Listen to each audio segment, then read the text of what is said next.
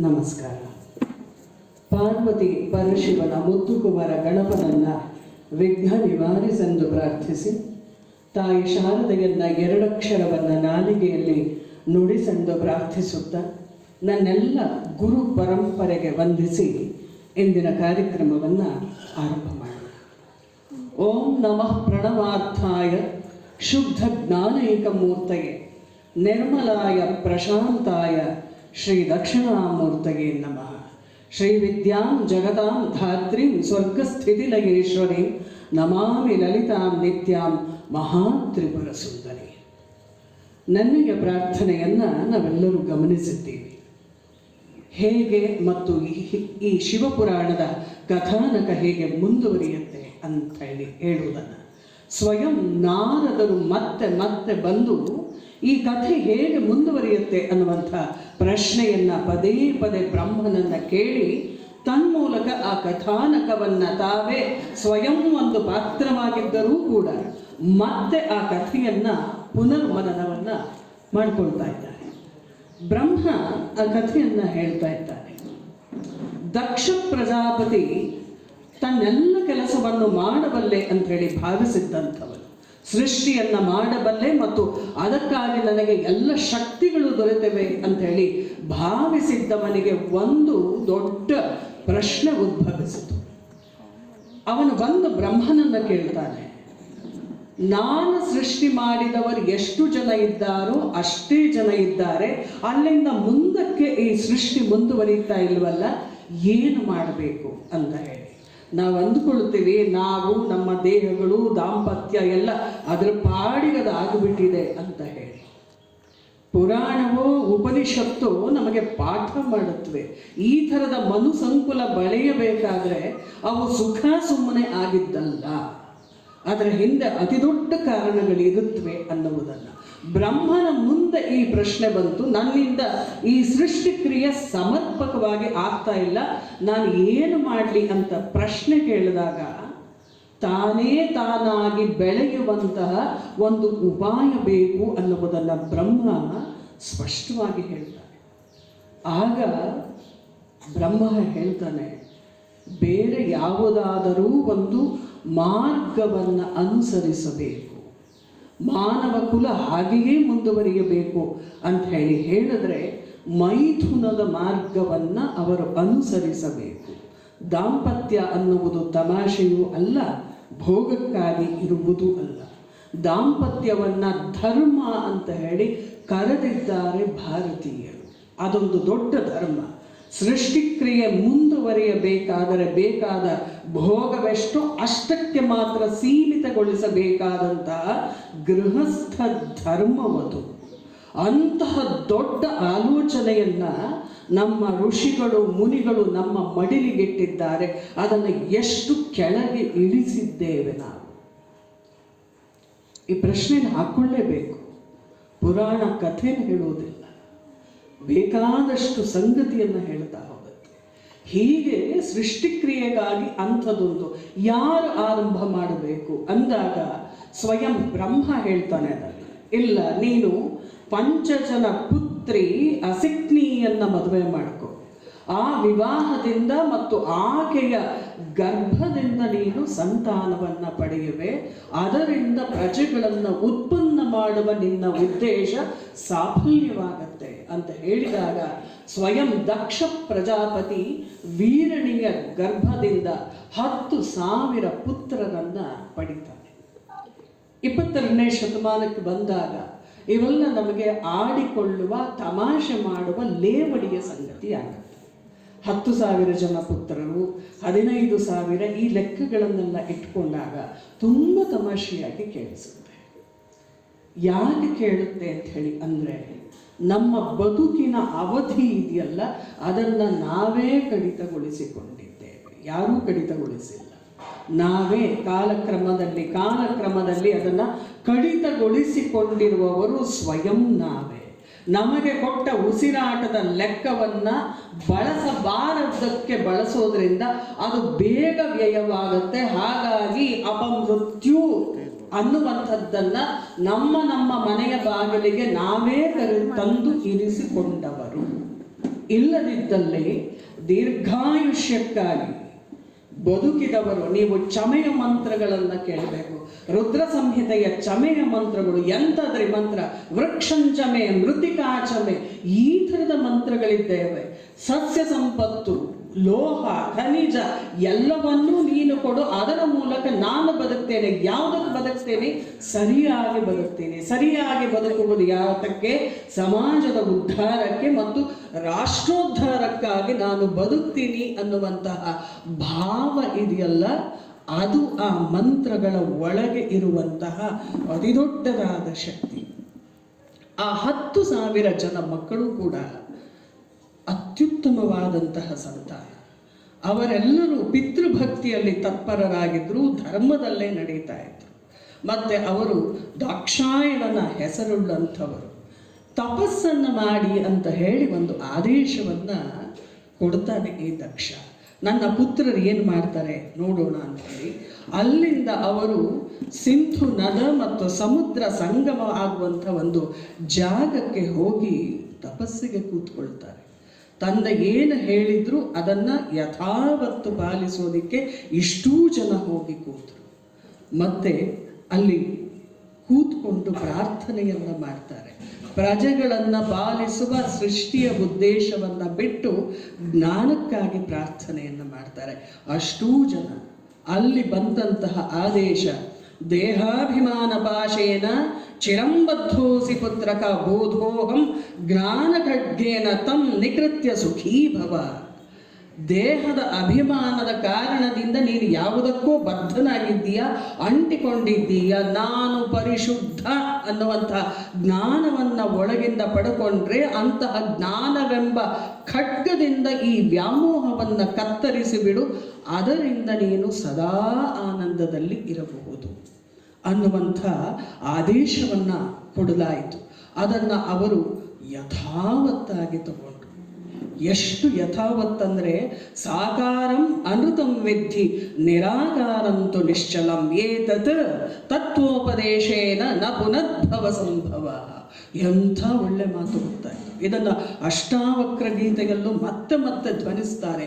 ಸಾಕಾರಂ ಅನೃತಂ ವಿದ್ಧಿ, ಯಾವುದು ನಮ್ಮ ಎದುರಿಗೆ ಕಾಣ್ತಾ ಇದೆಯೋ ಅದು ಏನು ಬೇಕಾದರೂ ಆಗಬಲ್ಲದು. ಎದುರಿಗೆ ಕಾಣುತ್ತಿರುವಂಥ ಈ ಕುರ್ಚಿ, ನಾವೇ ಕೂತಿರುವುದು ಯಾವ ಕ್ಷಣದಲ್ಲಿ ಬೇಕಾದರೂ ಮುರಿದು ಹೋಗಬಹುದು, ಅಂದರೆ ಅದರ ಅಸ್ತಿತ್ವ ಹೊರಟು ಹೋಗುತ್ತೆ, ಅದು ಸುಳ್ಳು. ಹಾಗಿದ್ರೆ ಸತ್ಯ ಯಾವುದು ಅಂಥೇಳಿ ಅಂದರೆ, ಯಾವುದು ನಿರಾಕಾರವೋ ಅದು ಸತ್ಯ. ಅದಕ್ಕೇನು ನೀವು ದೊಡ್ಡ ಫಿಲಾಸಫಿಗೆ ಹೋಗಬೇಕಾಗಿಲ್ಲ. ಉಸಿರಾಡ್ತಿದ್ದೀರಾ ಅಲ್ವಾ? ಎಲ್ಲಿದೆ ತೋರಿಸಿ ನೋಡೋಣ. ತೋರ್ಸಕ್ಕಾಗೋದಿಲ್ಲ, ಆದರೆ ಅದು ಸತ್ಯವೇ. ಯಾವುದಕ್ಕೆ ಆಕಾರವಿಲ್ಲವೋ ಅದು ಸತ್ಯ. ಅದನ್ನು ಅಭ್ಯಾಸ ಮಾಡು. ಅದನ್ನು ಅಭ್ಯಾಸ ಮಾಡಿದರೆ ಪರಬ್ರಹ್ಮನಾದ ಪರಶಿವ ನಿನ್ನ ಕಣ್ಣು ಮುಂದೆ ಬಂದು ನಿಲ್ತಾನೆ. ಎಲ್ಲರೂ ಕೂತಿದ್ದು ತಪಸ್ಸಿಗೆ. ಹಂಸ ಹಂಸಾಯ ವಿದ್ಮಹೆ ಪರಮಹಂಸಾಯ ಧೀಮಹಿ ತನ್ನೋ ಹಂಸ ಪ್ರಚೋದಯಾತ್. ಅಲ್ಲಿ ನಿರಾಕಾರಕ್ಕೆ ಕೂತ್ಕೊಂಡು ಅದನ್ನು ಅಲ್ಲಮರು ಒಂದು ಕಡೆ ಹೇಳ್ತಾರೆ. ಈ ಪರಶಿವ ಅನ್ನೋನು ಎಂಥವನು ಅಂದರೆ, ನಿಮ್ಮ ಒಡಲೊಳಗೆ ಇದ್ದು, ನಿಮ್ಮ ಒಡಲಿಂಗೆ ಆಧಾರವಾಗಿ, ನಿಮ್ಮ ಒಡಲ ಸೋಂಕದೆ ಒಡಲ ಬೆಳಗುವ ಪರಿಯ ನೋಡ, ಬೆಳಗಿಂಗೆ ಬೆಳಗಾಗಿ ಬೆಳಗುವ ಪರಿಯ ನೋಡ ಪರಮ ಚೈತನ್ಯ ನಿರಾಳ ಗುಹೇಶ್ವರ ಲಿಂಗ. ನಮ್ಮ ಒಳಗೆ ಭಗವಂತನಿದ್ದಾನೆ, ನಮಗೆ ಗೊತ್ತಾಗ್ತಾ ಇಲ್ಲ. ನಾನು ಬದುಕಿದ್ದೇನೆ, ನಾನು ಮಾತಾಡ್ತಿದ್ದೇನೆ ಅಂದರೆ ಅವನೇ ನನಗೆ ಆಧಾರವೇ ಹೊರತು ನಾನು ಮಾತಾಡುವುದಕ್ಕೆ ಸಾಧ್ಯವೇ ಇಲ್ಲ. ಯಾಕೆಂದರೆ ಅವನ ಕಥೆಯನ್ನು ಅವನೇ ಹೇಳ್ತಾನೆ ಹೊರತು ನಿಂತುಕೊಂಡು ನಾನು ಅನ್ನುವಂತಹ ಈ ದೇಹ ಹೇಳೋದಕ್ಕೆ ಯಾವ ಕಾರಣದಿಂದಲೂ ಸಾಧ್ಯವಿಲ್ಲ. ಆದರೆ ಅವನೇ ಈ ದೇಹವೋ ಇಲ್ಲ, ಒಡಲ ಸೋಂಕದೆ ಒಡಲನ್ನ ಬೆಳಗುವ ಪರಿಯ ನೋಡ, ಅವನೇ ಬೆಳಗಿಂಗೆ ಬೆಳಗಾಗುವ ಈ ಪರಮ ಚೈತನ್ಯ ಮಹಾಲಿಂಗ. ಇಂತಹದನ್ನು ಕೇಳಿಕೊಂಡು ದಕ್ಷನ ಮಕ್ಕಳೆಲ್ಲ ನಿರಾಕಾರದ ಚಿತ್ತಕ್ಕೆ ಹೋದರು. ದಕ್ಷನಿಗೆ ಸ್ವಲ್ಪ ಕೋಪ ಬಂತು. ನಮಗೂ ಬರುತ್ತಲ್ವ, ದಕ್ಷನ ಮಕ್ಕಳು ಹೇಗೆ ಅವನ ಮಾತು ಕೇಳಲಿಲ್ಲವೋ ನಮ್ಮ ಮಕ್ಕಳು ಹಾಗೆ ಕೇಳಲ್ಲ. ನಾವು ಅಂದ್ಕೊಂಡ್ಬಿಟ್ಟಿರ್ತೀವಿ, ಅಂದರೆ ದೇಹವನ್ನು ಕೊಟ್ವಿ ಅಂದ ಮಾತ್ರಕ್ಕೆ ಇವರೆಲ್ಲ ನಮ್ಮ ದಾಸರು ಅಂತ ಭಾವಿಸಿರ್ತೇವೆ. ಎಂಥ ತಪ್ಪು ಕಲ್ಪನೆ ನೋಡಿ. ದಕ್ಷನಿಗೆ ಮಹಾ ಕೋಪ ಬಂತು. ಮತ್ತೆ ಮಿಕ್ಕ ಪುತ್ರರನ್ನ, ಅದರಲ್ಲೂ ಶಬಲಾಶ್ವರೆಂಬ ಪುತ್ರರು, ಇವರು ಆನಂತರ ಮುಂದಕ್ಕೆ ನಾದೋಪಾಸನೆಯ ಮಾರ್ಗವನ್ನು ಹಿಡಿದಂಥವರು. ನಾವು ನಮ್ಮ ಸಾಮವೇದ ಮತ್ತು ನಾದದ ಉತ್ಪತ್ತಿಯನ್ನು ನೋಡಿದಾಗ ಅವರುಗಳನ್ನು ಕುರಿತು ಮಾತಾಡ್ತೇವೆ. ಅವರೂ ಕೂಡ ತಂದೆಯ ಆಜ್ಞೆಯಂತೆ ಹೊರಟರು, ಹಿಡಿದಿದ್ದು ಅಣ್ಣಂದಿರ ಮಾರ್ಗವನ್ನು.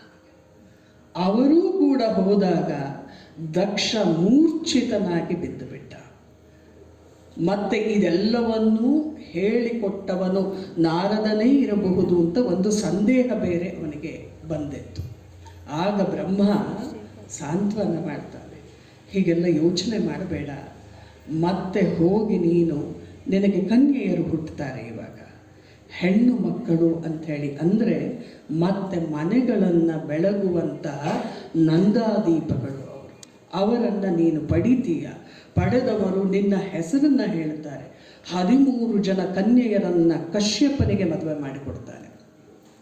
ಇವತ್ತು ನಾವು ನೋಡುವ ಚಂದ್ರ ಮತ್ತು 27 ಕನ್ನಿಕೆಯರನ್ನು ದಕ್ಷ ಪ್ರಜಾಪತಿ ಚಂದ್ರನಿಗೆ ಮದುವೆ ಮಾಡಿಕೊಡ್ತಾನೆ. ಆನಂತರ ಅವನಿಗೆ ಸಮಾಧಾನ ಆಗೋದಿಲ್ಲ. ಈಗಾಗಲೇ ಮಾಡಿದ ಪ್ರಾರ್ಥನೆ ಮತ್ತೆ ತಪ್ಪಿ ಹೋಗಿತ್ತು. ಬ್ರಹ್ಮನನ್ನು ಕೇಳ್ತಾನೆ, ಏನು ಮಾಡಲಿ, ಜಾಗವೇ ಇಲ್ಲ, ಇರುವುದು ತಾಯಿಯನ್ನೇ.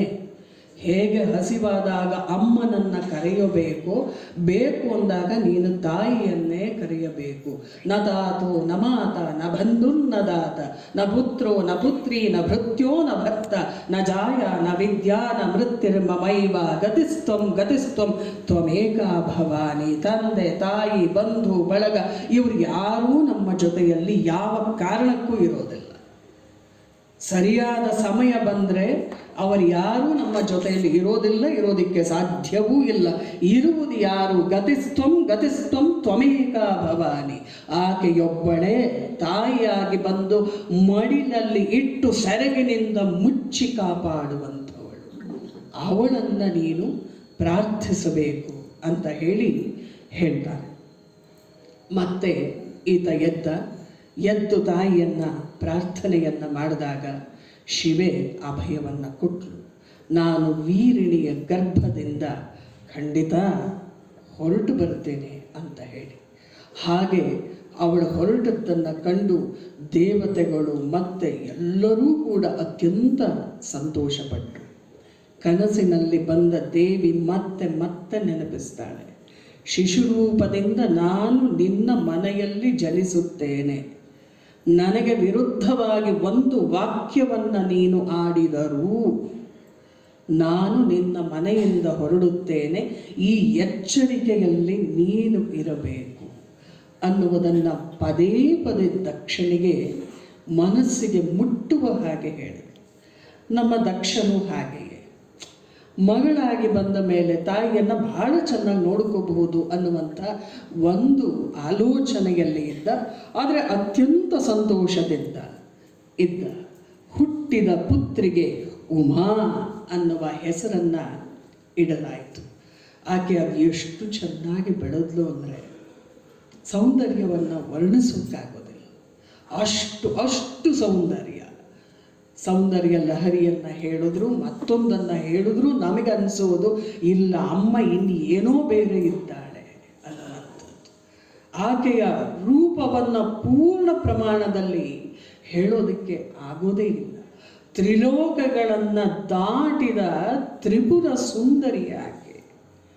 3 ಲೋಕವು ಮೆಚ್ಚಬಲ್ಲ, ಅಹುದು ಎನ್ನಬಲ್ಲ, ಮನಸ್ಸಿನಲ್ಲಿ ಉದ್ರೇಕವನ್ನು ಬಡಿದೆಬ್ಬಿಸದೇ ಇರುವ ಆ ತ್ರಿಪುರ ಸುಂದರಿಯ ರೂಪವದು. ನಾರದರು ಬರ್ತಾರೆ, ಬಂದು ಆಕೆಯನ್ನು ನೋಡ್ತಾರೆ.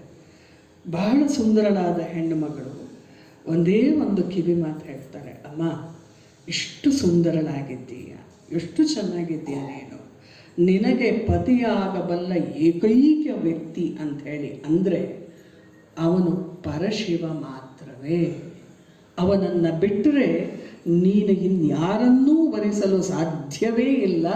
ಹಾಗಾಗಿ ಪರಶಿವನನ್ನು ನೀನು ಪ್ರಾರ್ಥಿಸು. ನಿನ್ನ ಜೊತೆಗೆ ನಿನ್ನ ತಂದೆ ತಾಯಿಗಳೂ ಕೂಡ ಮನೆಗೆ ಅವ ಅಳಿಯನಾಗಿ ಬರಲಿ ಅಂತ ಹೇಳಿ ಪ್ರಾರ್ಥನೆಯನ್ನು ಮಾಡಲಿ ಅಂತ ಹೇಳಿದಾಗ ಎಲ್ಲರೂ ಶರಣು ಕರುಣಾ ಕಟಾಕ್ಷ ಅನ್ನುವ ಪ್ರಾರ್ಥನೆಯನ್ನು ಪರಶಿವನಿಗೆ ಸಲ್ಲಿಸ್ತಾರೆ.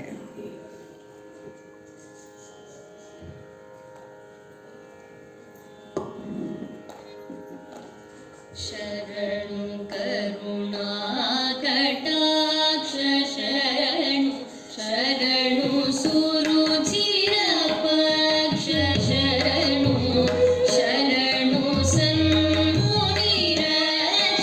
ಶರಣು ಶರಣು ಶರಣೈಕ ಮೋಕ್ಷ ಶರಣು ಶರಣು ಶರಣು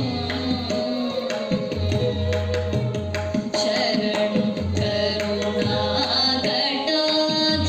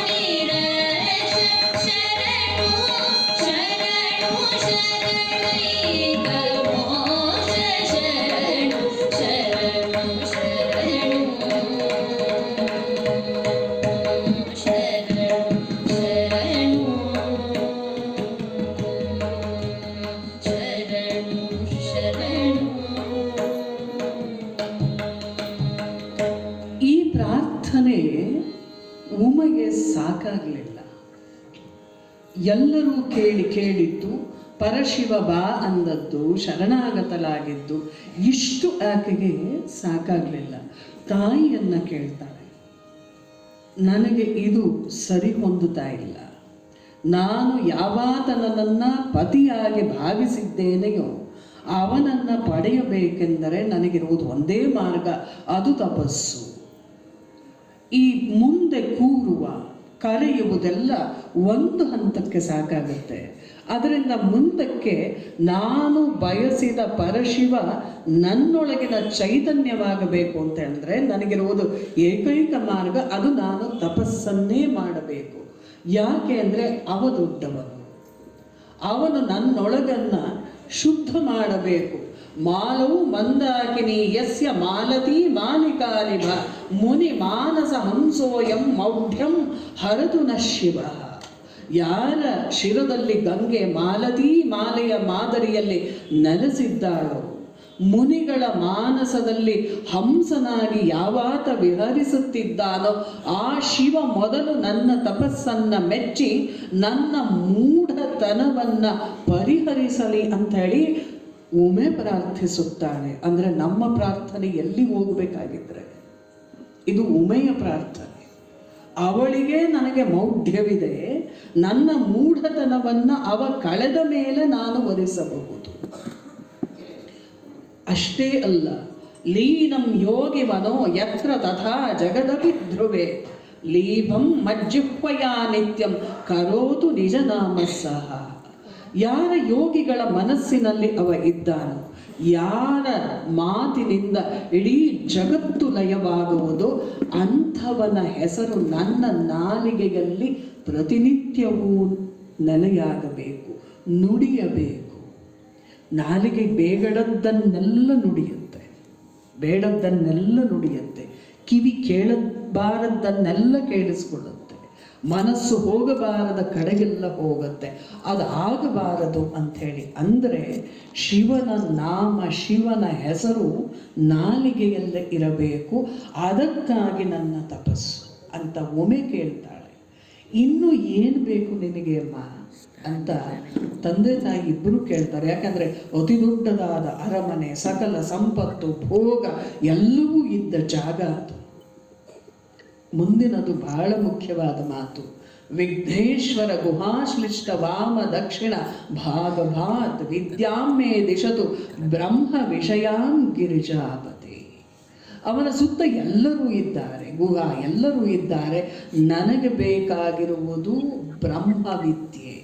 ಆ ಬ್ರಹ್ಮವಿದ್ಯೆಯನ್ನು ಆತ ನನಗೆ ಕೊಡಬೇಕು ಅನ್ನುವಂಥ ಇಡೀ ಕಥಾನಕವನ್ನು ಚಂದ್ರಶೇಖರ ಭಾರತಿಗಳು ಹೀಗೆ ಬರೆದಿಟ್ಟಿದ್ದಾರೆ ನಮಗೋಸ್ಕರ. ಇದು ಅವರ ಮಾತುಗಳು. ಕೂತು ಚಂದ್ರಮೌಳೀಶ್ವರನ ಮುಂದೆ ಕೂತು ಸ್ವಯಂ ಶಾರದೆ ಅವರ ನಾಲಿಗೆಯಲ್ಲಿ ನುಡಿಸಿದಂತಹ ವಾಕ್ಯಗಳು ಇವು. ಬ್ರಹ್ಮವಿದ್ಯೆಯನ್ನು ಕೊಡಬೇಕು ಅನ್ನುವಂಥ ಪ್ರಾರ್ಥನೆಯನ್ನು ಸಲ್ಲಿಸಿ ಆಕೆ ಮಾಡಿದ ಆ ತಪಸ್ಸಿನ ವಿವರವಿದೆಯಲ್ಲ, ಶಿವಪುರಾಣ ಅತ್ಯದ್ಭುತವಾಗಿ ನಮಗೆ ಹೇಳುತ್ತೆ. ಒಂದು ಮಾಸ ಅಲ್ಲ, ಅನೇಕ ಮಾಸಗಳು ಆಕೆ ಏನನ್ನೂ ಸೇವಿಸದೆ ವ್ರತವನ್ನು ಮಾಡಿದ್ಲು. ಎಂಥ ವ್ರತ? ನಂದಾವ್ರತ ಅಂತ ಹೇಳಿ ಶಿವಪುರಾಣಕಾರರು ಅದನ್ನು ದಾಖಲಿಸ್ತಾರೆ. ಎಲ್ಲ ದೇವತೆಗಳು ಹೋಗಿ ಉಮೆಯನ್ನು ನೋಡಿದರೆ ಅವರಿಗೆ ಕಂಡದ್ದು ಸರ್ವಾಂಗ ಸುಂದರಿಯಾದ ಉಮೆಯಲ್ಲ, ಬದಲಿಗೆ ಸಿದ್ಧಾವಸ್ಥೆಯನ್ನು ತಲುಪಿದ್ದ ಒಬ್ಬ ಯೋಗಿನಿಯ. ಆ ಯೋಗಿನಿಯನ್ನು ಕಂಡು ಎಲ್ಲರೂ ಕೂಡ ನಮಸ್ಕರಿಸ್ತಾರೆ. ಪ್ರತಿಯೊಬ್ಬ ದೇವರಿಗೂ ಕೂಡ ಉಮೆಯನ್ನು ಕಂಡು ಪ್ರೀತಿ ಉಕ್ಕಿ ಹರಿಯುತ್ತೆ. ಎಲ್ಲರೂ ಅಲ್ಲಿಂದ ನೇರವಾಗಿ ಮಹಾದೇವನ ಬಳಿಗೆ ಹೋಗಿ ನಿಂತುಕೊಳ್ತಾರೆ. ಹೋಗಿ ನಿಂತು ಅವನನ್ನು ನೋಡ್ತಾರೆ.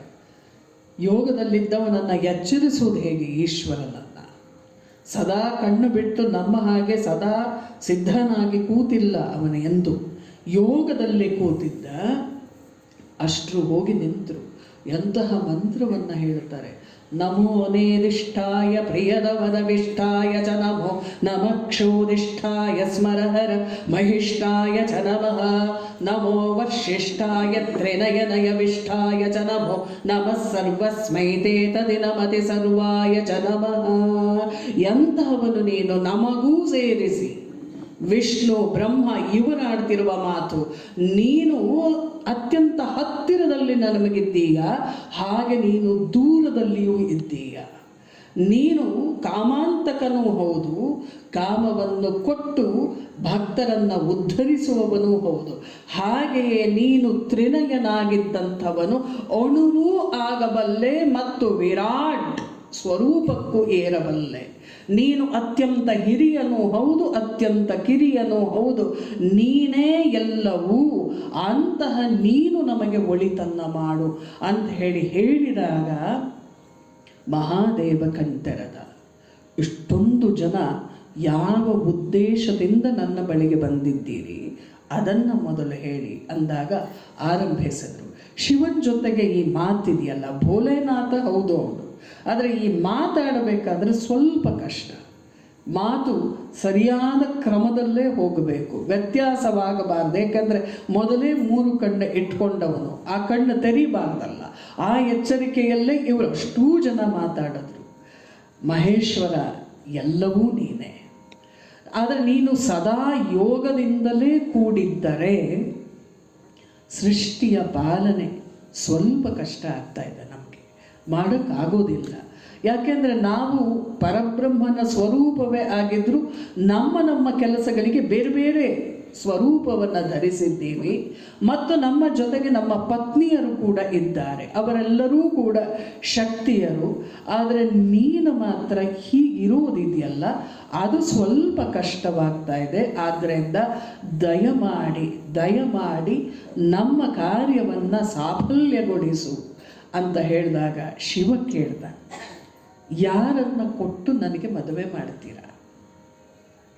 ವಿವಾಹವಾಗಬೇಕಾದ್ರೆ ಸರಿಯಾಗಿರಬೇಕಲ್ಲ ದಾಂಪತ್ಯ. ಯಾರ ಜೊತೆಗೆ ನನ್ನ ವಿವಾಹ ಅಂತ ನೀವು ಸಿದ್ಧ ಮಾಡಿಕೊಂಡು ಬಂದಿದ್ದೀರಾ ಅಂತ ಹೇಳಿ ಅಂದರೆ ತಕ್ಷಣಕ್ಕೆ ಇವರಿಗೆ ಉತ್ತರ ಹೇಳೋಕ್ಕೆ ಕಷ್ಟ ಆಯಿತು. ನನಗೂ ಅರ್ಥ ಆಗ್ತಾ ಇದೆ. ಯಾಕೆ ಅಂದರೆ ನಾನಿರುವವನು ಎಂಥವನು? ಯೋ ನಿವೃತ್ತಿ ಸುಮಾರ್ಗಸ್ಥಃ ಸ್ವಾತ್ಮಾರಾಮೋ ನಿರಂಜನಃ ಅವಧೂತ ತನುರ್ಜ್ಞಾನಿ ಸ್ವದೃಷ್ಟ ಕಾಮವರ್ಜಿತಃ ಅವಿಕಾರಿ ಹ್ಯಭೋಗೀ ಚ ಸದಾ ಶುಚಿರಮಂಗಲಃ ತಸ್ಯ ಪ್ರಯೋಜನಂ ಲೋಕೆ ಕಾಮಿನ್ಯಾ ಕಿಂ ವಧೂದನ. ನಾನು ಹೇಗಿದ್ದೀನಿ ಅಂಥೇಳಿ ಅಂದರೆ ನಾನು ಸದಾ ನಿರ್ಲಿಪ್ತ. ನನ್ನ ಜೊತೆಯಲ್ಲಿ ಬರುವ ಹೆಣ್ಣು ಏನನ್ನೂ ಕೇಳುವ ಹಾಗಿಲ್ಲ. ಯಾಕೆ ಅಂದರೆ ನಾನು ಯಾವುದನ್ನು ರಾಗದ್ವೇಷ ಎರಡೂ ಇಲ್ಲದೆ ಇರುವಂಥವನು ನಾನು. ಮತ್ತು ನನ್ನ ದೇಹ ನಿರಂಜನೋ ಅವಧೂತತನು, ನಾನು ಅವಧೂತನಾಗಿದ್ದೇನೆ. ಅವಧೂತನಿಗೆ ಮಾರ್ಗ ಅಂತ ಹೇಳಿ ನೀವು ಯಾವುದನ್ನು ತೋರಿಸುವಿರೋ ಅದರ ಪಕ್ಕದ ಮಾರ್ಗದಲ್ಲೇ ಅವನು ಕ್ರಮಿಸುವಂಥದ್ದು. ಹಾಗಾಗಿ ಅವಧೂತನ ಮಾರ್ಗವನ್ನು ಗೊತ್ತು ಮಾಡಿಕೊಳ್ಳಬಲ್ಲ ಹೆಣ್ಣಾಗಿರಬೇಕು ಆಕೆ. ಮತ್ತು ಕಾಮನಾಶೂನ್ಯನು ನಾನು, ನನಗೆ ಕಾಮನೆಗಳೇ ಇಲ್ಲ. ಮತ್ತು ನಿಮ್ಮ ಹಾಗೆ ಸದಾ ಶುಚಿರ್ಭೂತನಾಗಿ ಅಲಂಕಾರ ಭೂಷಿತನು ಅಲ್ಲ ನಾನು. ನಮ್ಮ ವಿಷ್ಣು ಏನು ಚೆನ್ನಾಗಿ ಅಲಂಕಾರ ಮಾಡ್ಕೊಂಡಿರ್ತಾನಲ್ವ, ನೋಡಿದ್ರೆ ಸಂತೋಷ ಆಗುತ್ತೆ. ಕಿರೀಟ ಎಲ್ಲ ಹಾಕ್ಕೊಂಡು ಪೀತಾಂಬರವನ್ನು ಉಟ್ಟು ಅವನಿರುವ ರೂಪವೇ ಬೇರೆ. ಬ್ರಹ್ಮನೂ ಕೂಡ ಹಾಗೆಯೇ ಇರುವಂಥವನು. ಇದನ್ನು ಅವನೇ ಹೇಳ್ತಾನೆ. ನಾನು ಹೇಗಿರ್ತೀನಿ ಅಂದರೆ ಅಮಂಗಲಕಾರಿಯಾಗಿ ನಾನು ಕಾಣ್ತಿರ್ತೇನೆ. ಇರೋದೆಲ್ಲೋ ಸ್ಮಶಾನದಲ್ಲಿ, ಸುತ್ತ ಹೆಣಗಳು, ಅಲ್ಲಿರುವ ಭೂತಗಳು ಆಗಾಗ ಎದ್ದು ಸುತ್ತ ಬಂದು ಒಂದು ಸುತ್ತು ನರ್ತನವನ್ನೂ ಕೂಡ ಮಾಡುತ್ತವೆ. ಪಿಶಾಚಿಗಳ ಮಧ್ಯೆ, ಭೂತಗಳ ಮಧ್ಯೆ ಆ ಭಸ್ಮವನ್ನು ಧರಿಸಿರುವಂತಹ ನಿಮ್ಮ ಕಣ್ಣಿಗೆ ಅಮಂಗಲಕಾರನಾಗಿ ಕಾಣುವ ವೇಷ ನನ್ನದು. ಹಾಗಾಗಿ ಯಾವ ಕಾಮನೆಗೆ ನನ್ನಿಂದ ಯಾವ ಪ್ರಯೋಜನ ಜಗತ್ತಿನಲ್ಲಿ? ಆದ್ದರಿಂದ ಇದಕ್ಕೆಲ್ಲ ಹೊಂದುವಂತಹ ಆಕೆ ಒಬ್ಬಳಿದ್ದಾಳೋ ಅನ್ನುವ ಪ್ರಶ್ನೆಯನ್ನು ಕೇಳಿದಾಗ ಎಲ್ಲರೂ ಸೇರಿ ಹೇಳ್ತಾರೆ, ಇಲ್ಲ ಸ್ವಾಮಿ, ಈ ಎಲ್ಲದಕ್ಕೂ ಕೂಡ ಇರುವಂಥದ್ದು ಒಂದೇ ಒಂದು ಉತ್ತರ. ಸ್ವಯಂ ಆದಿಶಕ್ತಿ ದಕ್ಷನ ಮನೆಯಲ್ಲಿ ಸತಿ ಎನ್ನುವ ಹೆಸರಿನಿಂದ, ಉಮೆ ಎನ್ನುವ ಹೆಸರಿನಿಂದ ಆವಿರ್ಭವಿಸಿದ್ದಾಳೆ. ಆಕೆ ಮಾತ್ರ ನಿನಗೆ ಪತ್ನಿಯಾಗಬಲ್ಲಳು. ಯಾಕೆ ಅಂದರೆ ಬ್ರಹ್ಮಜ್ಞಾನವನ್ನೇ ನಿನ್ನಿಂದ ಬೇಕು ಅಂತ ಹೇಳಿ ಕೇಳಿದಂಥವಳು ಆಕೆ. ಕಠೋರ ವ್ರತವನ್ನು ಮಾಡ್ತಾ ಇದ್ದಾಳೆ. ಅದರಿಂದ ದಯಮಾಡಿ ನೀನು ಅಲ್ಲಿಗೆ ಹೋಗಿ ಆಕೆಗೆ ವರವನ್ನು ಕೊಡಬಲ್ಲೆಯ ಅಂತ ಕೇಳಿದ್ರು. ಆಗ ಈಶ್ವರ ಹೇಳ್ದ, ಇಷ್ಟೆಲ್ಲ ನೀವು ಹೇಳ್ತಿದ್ದೀರಿ ಅಂದರೆ ಜಗತ್ತಿಗೆ ಮಂಗಲವಾಗತ್ತೆ ಅಂತ ಹೇಳಿ, ಆದರೆ ನಾನು ಉಮೆಯನ್ನು ದರ್ಶಿಸುವೆ ಅಂತ ಹೇಳಿ ನಮ್ಮ ಈಶ್ವರ ಹೊರಟ. ಅದನ್ನು ಶಿವಪುರಾಣದಲ್ಲಿ ಅಶ್ವಿನಿ ಮಾಸದ ಶುಕ್ಲ ಅಷ್ಟಮಿಯಂದು ಆಕೆಗೆ ವ್ರತ ಪೂರ್ಣವಾದಾಗ ನವಮಿ ತಿಥಿಯ ದಿನ ಧ್ಯಾನಮಗ್ಲನಾದ ಸತಿಗೆ ಶಿವ ಪ್ರತ್ಯಕ್ಷ ದರ್ಶನವನ್ನು ಕೊಟ್ಟ. ಎಂತಹ ಶಿವ! ಆತ ಪೂರ್ಣವಾಗಿ ಪಂಚ ಮುಖದ ಈಶ್ವರ ಸದಾಶಿವ. ಆತ ಕಂಠದಲ್ಲಿ ನೀಲಿಯ ಚಿಹ್ನೆ ಇದ್ದು ಅಭಯ ಮುದ್ರೆಯನ್ನು ಇಟ್ಕೊಂಡಿದ್ದಂಥವನು. ಅವನ ಬಂದ ತಕ್ಷಣ ಒಮ್ಮೆ ಕಣ್ಣು ತೆಗೆದಳು. ಒಂದೇ ಒಂದು ಪ್ರಶ್ನೆ, ವರ ಬೇಕೆಂದು ಕೂತಿದ್ದೆಯಲ್ಲ, ಯಾವ ವರ ಬೇಕು? ಈಕೆ ಕೇಳಿದ್ದು ಸ್ವಯಂ ಶಿವನನ್ನು. ಆಗ ಇಲ್ಲ, ಒಂದೇ ಒಂದು ಬಯಕೆ ಇದೆ ಅಂದಾಗ ಮಾತಾಡೋಕ್ಕಾಗೋದಿಲ್ಲ. ಕೊನೆಗೆ ಶಿವನೇ ಸ್ವತಃ ಹೇಳ್ದ, ದೇವಿ ನೀನೇ ನನ್ನ ಭಾರ್ಯೆಯಾಗು ಅನ್ನುವುದನ್ನು ಹೇಳಿ ಹಿಂತಿರುಗ್ತಾನೆ. ಆಗ ಸತಿ ಬಹಳ ಲಜ್ಜೆಯಿಂದ ಹೇಳ್ತಾರೆ, ಅದು ಹಾಗೆಯೇ ಆಗಲಿ, ಆದರೆ ಮನೆಗೆ ಹೋಗಬೇಕು. ನನಗೊಬ್ಬ ತಂದೆ ಇದ್ದಾನೆ, ಅವ ದಕ್ಷ ಪ್ರಜಾಪತಿ ಆಗಿರೋದರಿಂದ ನಾನು ಹಿಂತಿರುಗಿದ ಮೇಲೆ ಅಲ್ಲಿಗೆ ಯಾರಾದರೂ ಬರಬೇಕು ಅನ್ನುವಂಥ ಬೇಡಿಕೆಯನ್ನು ಇಟ್ಟು, ಜಗತ್ಪತಿ ನೀವು ನನ್ನ ತಂದೆಗೆ ತಿಳಿಸಿ ವೈವಾಹಿಕ ವಿಧಿಯಿಂದ ನನ್ನನ್ನು ನೀವು ಗ್ರಹಣ ಮಾಡಬೇಕು ಅನ್ನುವ ಬೇಡಿಕೆಯನ್ನು ಇಟ್ಟು ಆಕೆ ಹಿಂತಿರುಗ್ತಾಳೆ. ಮನೆಗೆ ಬಂದ ನಂತರ ದಕ್ಷ ಯೋಚನೆ ಮಾಡ್ತಾನೆ, ಯಾರಿಗೆ ಅವಳನ್ನು ವಿವಾಹವನ್ನು ಮಾಡಿಕೊಡುವುದು? ಈ ಪ್ರಶ್ನೆ ದಕ್ಷನ ಮುಂದೆಯೂ ಇರುತ್ತೆ. ಅಂಬ ನಿನ್ನನ್ನು ಅದಾರಿಗೀವೆನು?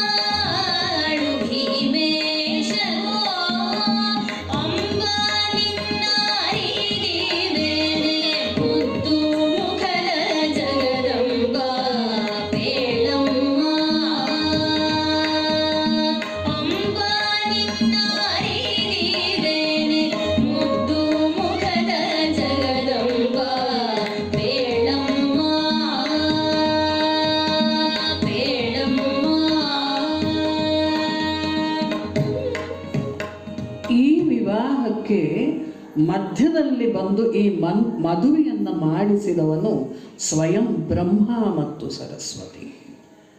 ಈ ವಧುವನ್ನು ನೀವು ಕೊಡಬೇಕು ಅನ್ನುವ ಪ್ರಾರ್ಥನೆಯನ್ನು ಇಟ್ಟು ಕರ್ಕೊಂಡು ಬಂದಂಥವರು ದಕ್ಷ ಅದನ್ನು ಒಪ್ಪಿದ. ಆ ನಂತರ ಇಡೀ ದೇವತಾ ಸಮೂಹ ದಕ್ಷದ ಮನೆಗೆ ಬಂದು ಉಮೆಯ ಜೊತೆಯ ವಿವಾಹವನ್ನು ಸಂಪನ್ನಗೊಳಿಸಿತು. ಇಡೀ ದೇವತೆಗಳು, ಮಾನವರು ಮತ್ತು ಎಲ್ಲ ಲೋಕಗಳು ಕೂಡ ಈ ದಂಪತಿಗಳನ್ನು ಕಂಡು ಅತೀವ ಹರ್ಷಪಟ್ಟು. ಎಂತಹ ದಂಪತಿಗಳವರು? ಸ್ಥಿರ ದಂಪತಿಗಳು, ದಾಂಪತ್ಯ ಸ್ಥಿರವಾಗಿರುವಂತಹ ದಂಪತಿಗಳು. ಅಂದರೆ ಪತಿಪತ್ನಿಯರಾಗೇನೋ ಒಂದು ಮನೆಯಲ್ಲಿ ಇರ್ತೀವಿ, ಅದು ಬೇರೆ ಪ್ರಶ್ನೆ. ಆದರೆ ದಾಂಪತ್ಯ ಸ್ಥಿರವಾಗಿದೆಯೋ ಅನ್ನುವಂಥ ಪ್ರಶ್ನೆಯನ್ನು ಕೂಡ ಅಲ್ಲೇ ಇಟ್ಕೊಳ್ಬೇಕು. ಸ್ಥಿರ ದಂಪತಿಗಳು, ಮಂಗಳಕರ ದಂಪತಿಗಳು. ದಾಂಪತ್ಯಕ್ಕೆ ಅಡಿಯಿಟ್ಟ ಮೇಲೆ ಆ ದಂಪತಿಗಳಿಂದ ಒಂದಷ್ಟು ಮಂಗಳವಾದರೂ ಯಾರಿಗಾದರೂ ಒಬ್ಬರಿಗಾದರೂ ಆಗಬೇಕು. ಆಗ ಅದನ್ನು ದಾಂಪತ್ಯ ಅಂತ ಹೇಳಿ ಕರೆಯಬಹುದು. ಒಬ್ಬರಿಗಾದರೂ ಆ ದಾಂಪತ್ಯ ಉಪಯುಕ್ತವಾಗಿರಬೇಕು. ವಿಶೇಷ ದಂಪತಿಗಳು, ಒಂದರಲ್ಲಾದರೂ ಒಂದು ವಿಶೇಷ ಸಂಗತಿ, ದಾನವೋ ಧರ್ಮವೋ ಯಾವುದರಲ್ಲಾದರೂ ಒಂದು ಗುಣವನ್ನು ಅವರು ಹೊಂದಿರಬೇಕು. ಆದರೆ ಈ ಗಿರಿಜೆ ಮತ್ತು ಪರಶಿವ ಇವರೆಲ್ಲರೂ ಈ ಎಲ್ಲ ಗುಣವನ್ನು ಹೊಂದಿರುವ ಸ್ಥಿರ ದಂಪತಿಗಳು, ಮಂಗಳಕರ ದಂಪತಿಗಳು, ವಿಶೇಷ ದಂಪತಿಗಳು, ಭಾಸುರ ದಂಪತಿಗಳು, ವಸುಧಾವರ ದಂಪತಿಗಳು, ಮನೋಹರ ದಂಪತಿಗಳು. ಅಂತಹ ದಂಪತಿಗಳು ದಾಂಪತ್ಯದಿಂದ ಸಮಾಜಕ್ಕೆ ಏನೇನು ದಕ್ಕಬೇಕೋ ಅವೆಲ್ಲವನ್ನೂ ಹೊಂದಿರುವಂತಹ ದಂಪತಿಗಳಾಗಿದ್ದರು. ದಕ್ಷ ಪ್ರಜಾಪತಿ ಕೈಲಾಸವೆನ್ನುವುದೊಂದು ಕಾಡು ಅಂತ ಹೇಳಿ ಭಾವಿಸಿದ್ದವನು.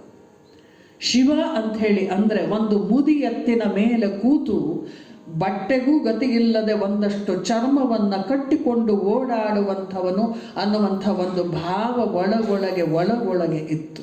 ನಾವು ಎಲ್ಲವನ್ನು ಅಳೆಯುವಂಥದ್ದು ಅವರ ವಾಹನ, ಅವರ ಬಟ್ಟೆ, ಅವರ ಒಡವೆಗಳಿಂದ. ಆ ದುಸ್ಥಿತಿಯನ್ನು ಯಾರ್ಯಾರು ತಂದುಕೊಳ್ತೇವೋ ಅವರೆಲ್ಲರೂ ದಕ್ಷಿಣ ಮಾರ್ಗವನ್ನು ಹಿಡಿಯುವುದು ಅನಿವಾರ್ಯ. ಏನೂ ಮಾಡೋದಕ್ಕೆ ಸಾಧ್ಯವೇ ಇಲ್ಲ. ಜಗತ್ತಿಗೆ ಒಡೆಯನಾಗಿರುವಂಥವನು ವೃಷಭನ ಮೇಲೆ ಕೂತರೂ ಅಷ್ಟೇ, ಕಾಲ್ನಡಿಗೆಯಲ್ಲಿ ಹೋದರೂ ಅಷ್ಟೇ. ಕೈಲಾಸವೆಂಬುದೊಂದು ಕಾಡು ಅಂತ ಹೇಳಿ ಒಬ್ಬ ಭಾವಿಸಿದ್ದಾನೆ ಅಂದರೆ ಅದಕ್ಕಿಂತ ಮೂರ್ಖತನ ಮತ್ತೊಂದಿಲ್ಲ. ದಾಂಪತ್ಯಕ್ಕೆ ಬೇಕಾಗಿರುವುದು ಒಡವೆ, ವಸ್ತು ಮತ್ತು ಐಶ್ವರ್ಯ ಅಲ್ಲ ಅನ್ನುವ ಸಂಗತಿ ಅದು ಯಾಕೋ ಗೊತ್ತಿಲ್ಲ, ಅಲ್ಲಿ ದಕ್ಷನಿಗೆ ಅರಿವಾಗಲಿಲ್ಲ. ಅಥವಾ ಶಿವೆಯ ಮಾತು ಸಲ್ಲಿಸಬೇಕಾಗಿತ್ತು ಅಂತಲೂ ಆಲೋಚಿಸಬಹುದು. ಏನೆಲ್ಲ ಕಳಿಸ್ತಾನೆ. ಶಿವ ನೋಡಿ ನಕ್ಕು ಬಿಡ್ತಾನಂತೆ. ನಮ್ಮ ಉಮೆಯೊಬ್ಬಳೇ ಸಾಕು, ಮಿಕ್ಕ ಗೃಹ ಸೂತ್ರವನ್ನು ನಾನೇ ಮಾಡಿಸ್ಕೊಳ್ತೇನೆ ಅವಳ ಜೊತೆಗೆ ಅಂತ ಹೇಳಿ ಕರ್ಕೊಂಡು ಹೊರಟಂಥವನು ಈ ಈಶ್ವರ. ಅವರ ಇಬ್ಬರ ದಾಂಪತ್ಯವಿತ್ತಲ್ಲ, ಅದ್ಭುತವಾದಂತಹ ದಾಂಪತ್ಯ. ಒಬ್ಬರಿಗೊಬ್ಬರು ಇದ್ದದ್ದೇ ಪೂರಕವಾಗಿ, ಎಲ್ಲಿ ಮಿಕ್ಕ ರಾಗದ್ವೇಷಗಳಿಲ್ಲ. ಆ ದಾಂಪತ್ಯ ಏನು ಚಂದ ಅಲ್ವಾ? ಅದಕ್ಕೊಂದು ಉದಾಹರಣೆಯನ್ನು ನಮ್ಮ ಶಿವಪುರಾಣಕಾರ ಕೊಡ್ತಾರೆ. ಏಕಾಂತದಲ್ಲಿ ಈ ಶಂಕರ ಮತ್ತು ಪಾರ್ವತಿ ಏನು ಮಾತಾಡ್ತಾ ಇದ್ರು? ಇಬ್ಬರು ಏಕಾಂತದಲ್ಲಿದ್ದಾಗ ಅವರಿಬ್ಬರಿಗೆ ಏಕಾಂತ ಸಿಗ್ತಾ ಇದ್ದದ್ದೇ ಬಹಳ ಕಡಿಮೆ.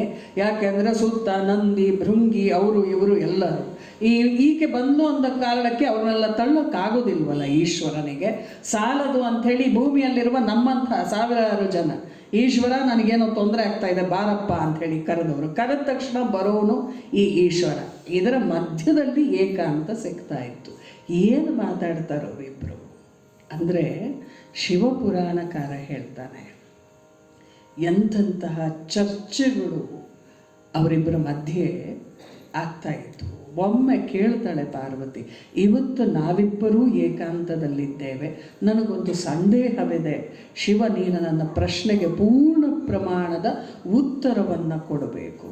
ಇದು ಅವರ ದಾಂಪತ್ಯದಲ್ಲಿದ್ದ ಚರ್ಚೆಗಳು.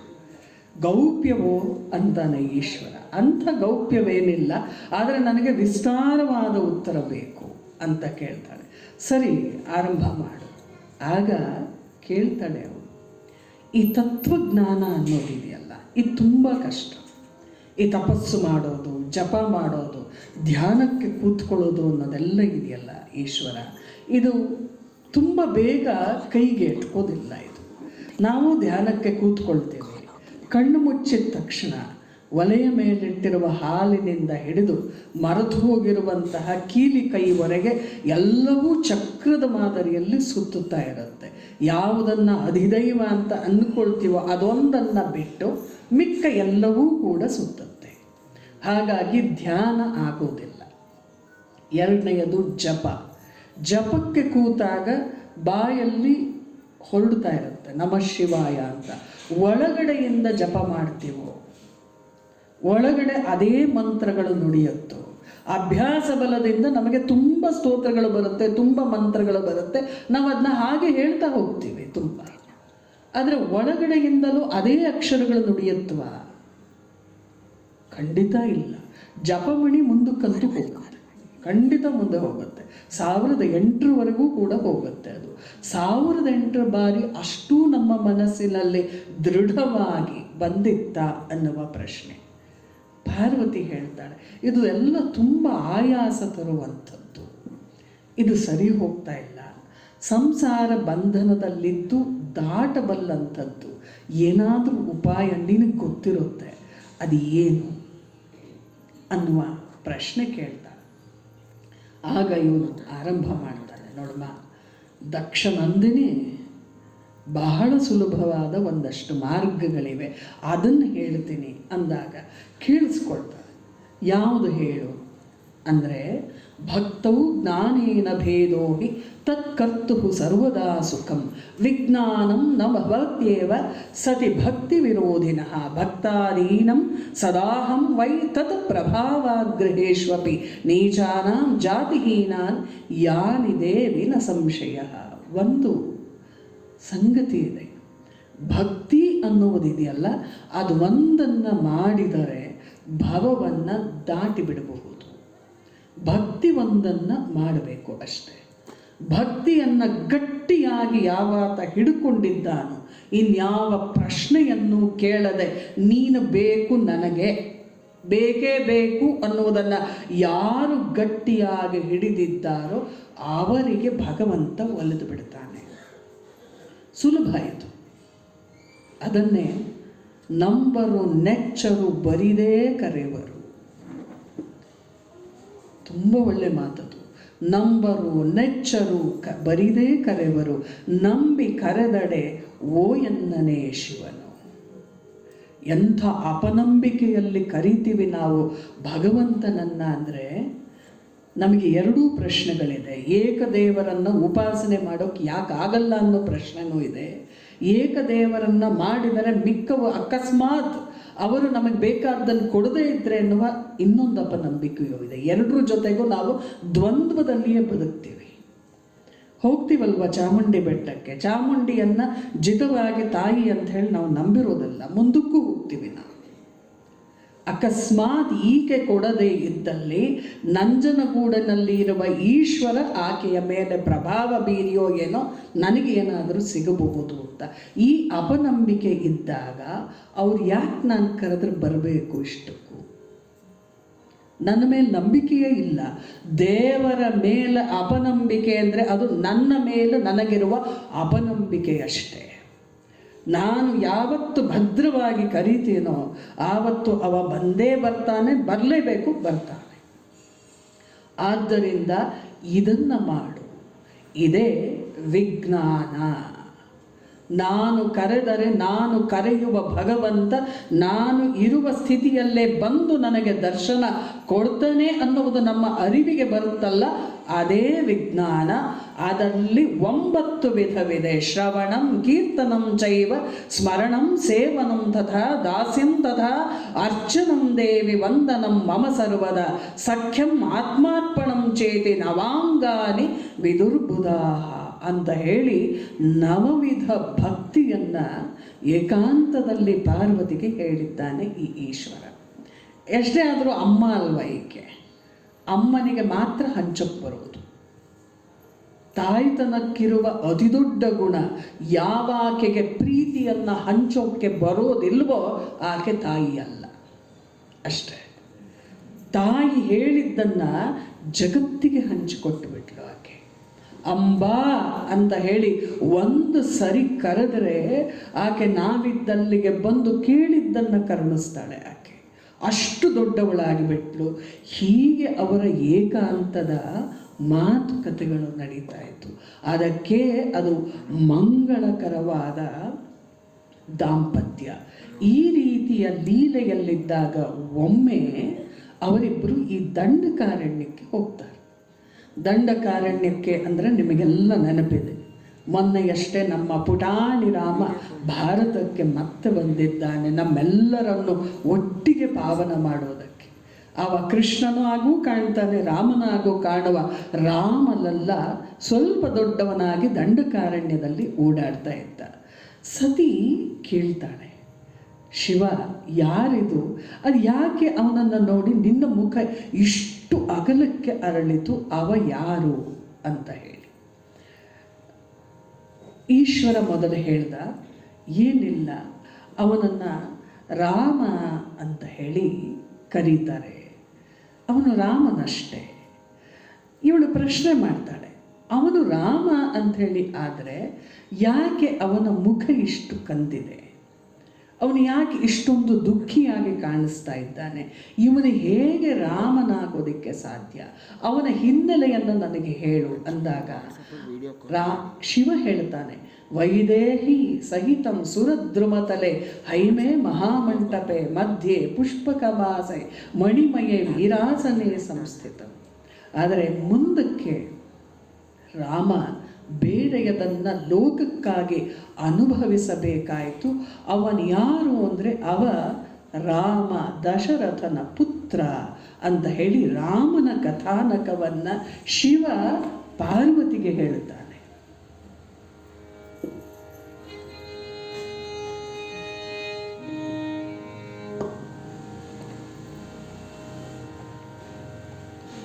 ರಾಮನವನೇ ಘನ ಮಹಿಮ ರಾಮನವನೇ, ರಾಮನವನೇ ಘನ ಮಹಿಮ ರಾಮನವನೇ.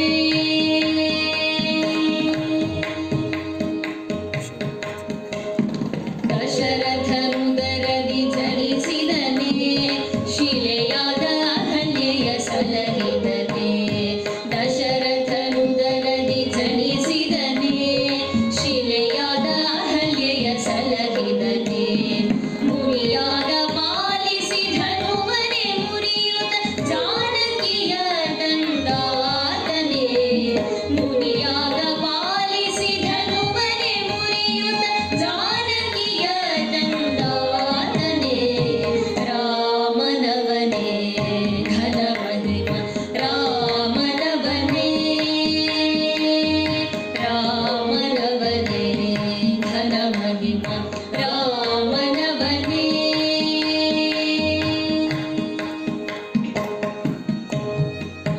ಮಾತೆಯ ವಾಕ್ಯವ ಕೇಳುತ್ತಲೇ ಸೀತಾ ಸಮೇತ ತೆರಳಿದನೆ. ಮಾತೆಯ ವಾಕ್ಯವ ಕೇಳುತ್ತಲೇ ಸೀತಾ ಸಮೇತ ತೆರಳಿದನೆ. ಪ್ರೀತಿಯೊಳನು ಜನಗೂಡಿ ಮನದಿ ಸಂಚಾರ ಮಾಡಿದಾತನೇ. ಪ್ರೀತಿಯೊಳನು ಜನಗೂಡಿ ಮನದಿ ಸಂಚಾರ ಮಾಡಿದಾತನೇ. ರಾಮನವನೇ ಘನ ಮಹಿಮ ರಾಮನವನೇ, ರಾಮನವನೇ ಘನ ಮಹಿಮ ರಾಮನವನೇ.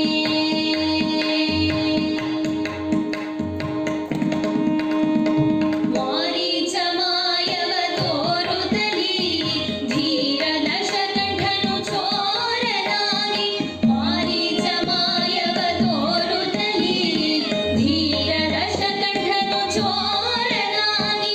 ನಾರಿಯನುಯ್ಯಲು ಘೋರ ನರಸುತ, ನಾರಿಯನುಯ್ಯಲು ಘೋರ ನರಸುತ ಬಂದ ಧೀರ ರಾಮಚಂದ್ರ, ಬಂದ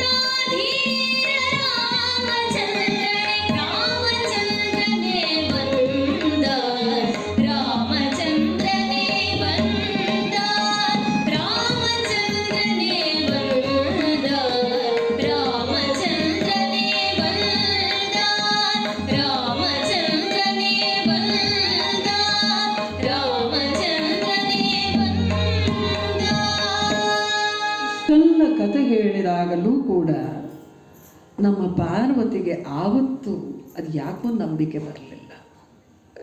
ಇಷ್ಟೆಲ್ಲ ಇದ್ದ ಸ್ವಯಂ ವಿಷ್ಣುವಿಗೆ ಈ ರಾವಣನನ್ನು ಒಬ್ಬ ಯಕಶ್ಚಿತ್ತವನು ಅವನು ಸೀತೆಯನ್ನು ಹೊತ್ತೊಯ್ದ ಅಂಥೇಳಿ ಆದರೆ ತಡೆಯೋದಕ್ಕಾಗಲಿಲ್ವಾ?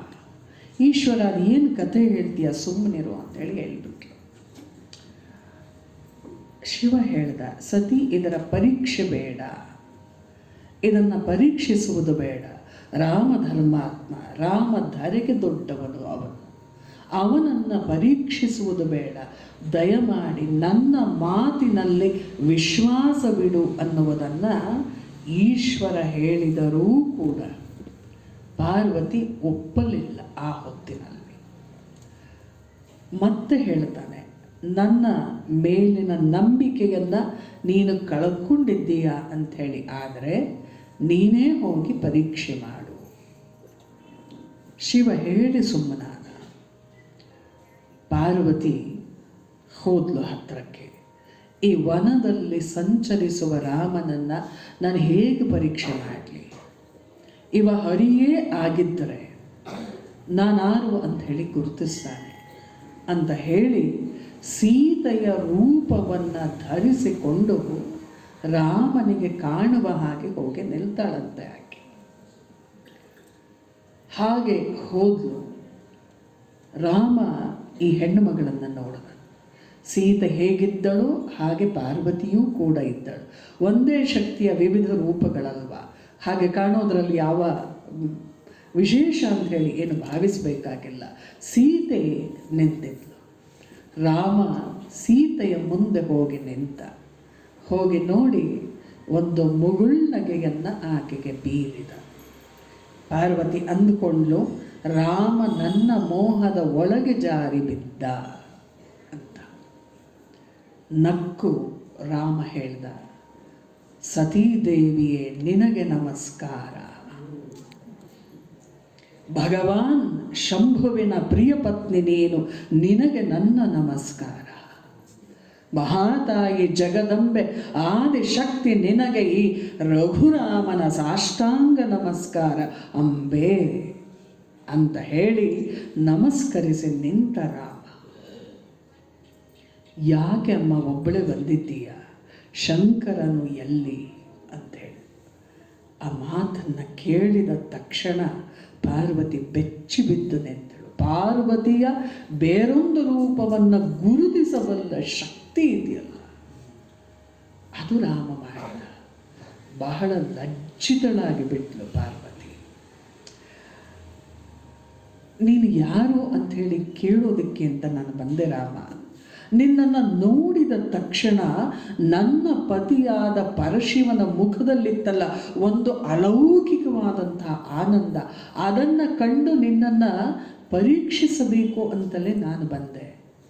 ನೀನು ಸ್ವಯಂ ವಿಷ್ಣು ಅನ್ನುವುದು ನನಗೆ ಅರ್ಥ ಆಯಿತು. ನೀನು ಈ ರೀತಿ ಇರುವುದೇ ಬಹಳ ದೊಡ್ಡದು. ನಿಮ್ಮಿಬ್ಬರಿಗೆ ಯಾಕೆ ಇಂಥ ಸಂಬಂಧ ಅನ್ನುವ ಮತ್ತೊಂದು ಪ್ರಶ್ನೆಯನ್ನು ಕೂಡ ಕೇಳ್ತಾಳೆ. ಆಗ ರಾಮ ಹೇಳ್ದ, ಬಹಳ ಸುಲಭ ಅಮ್ಮ.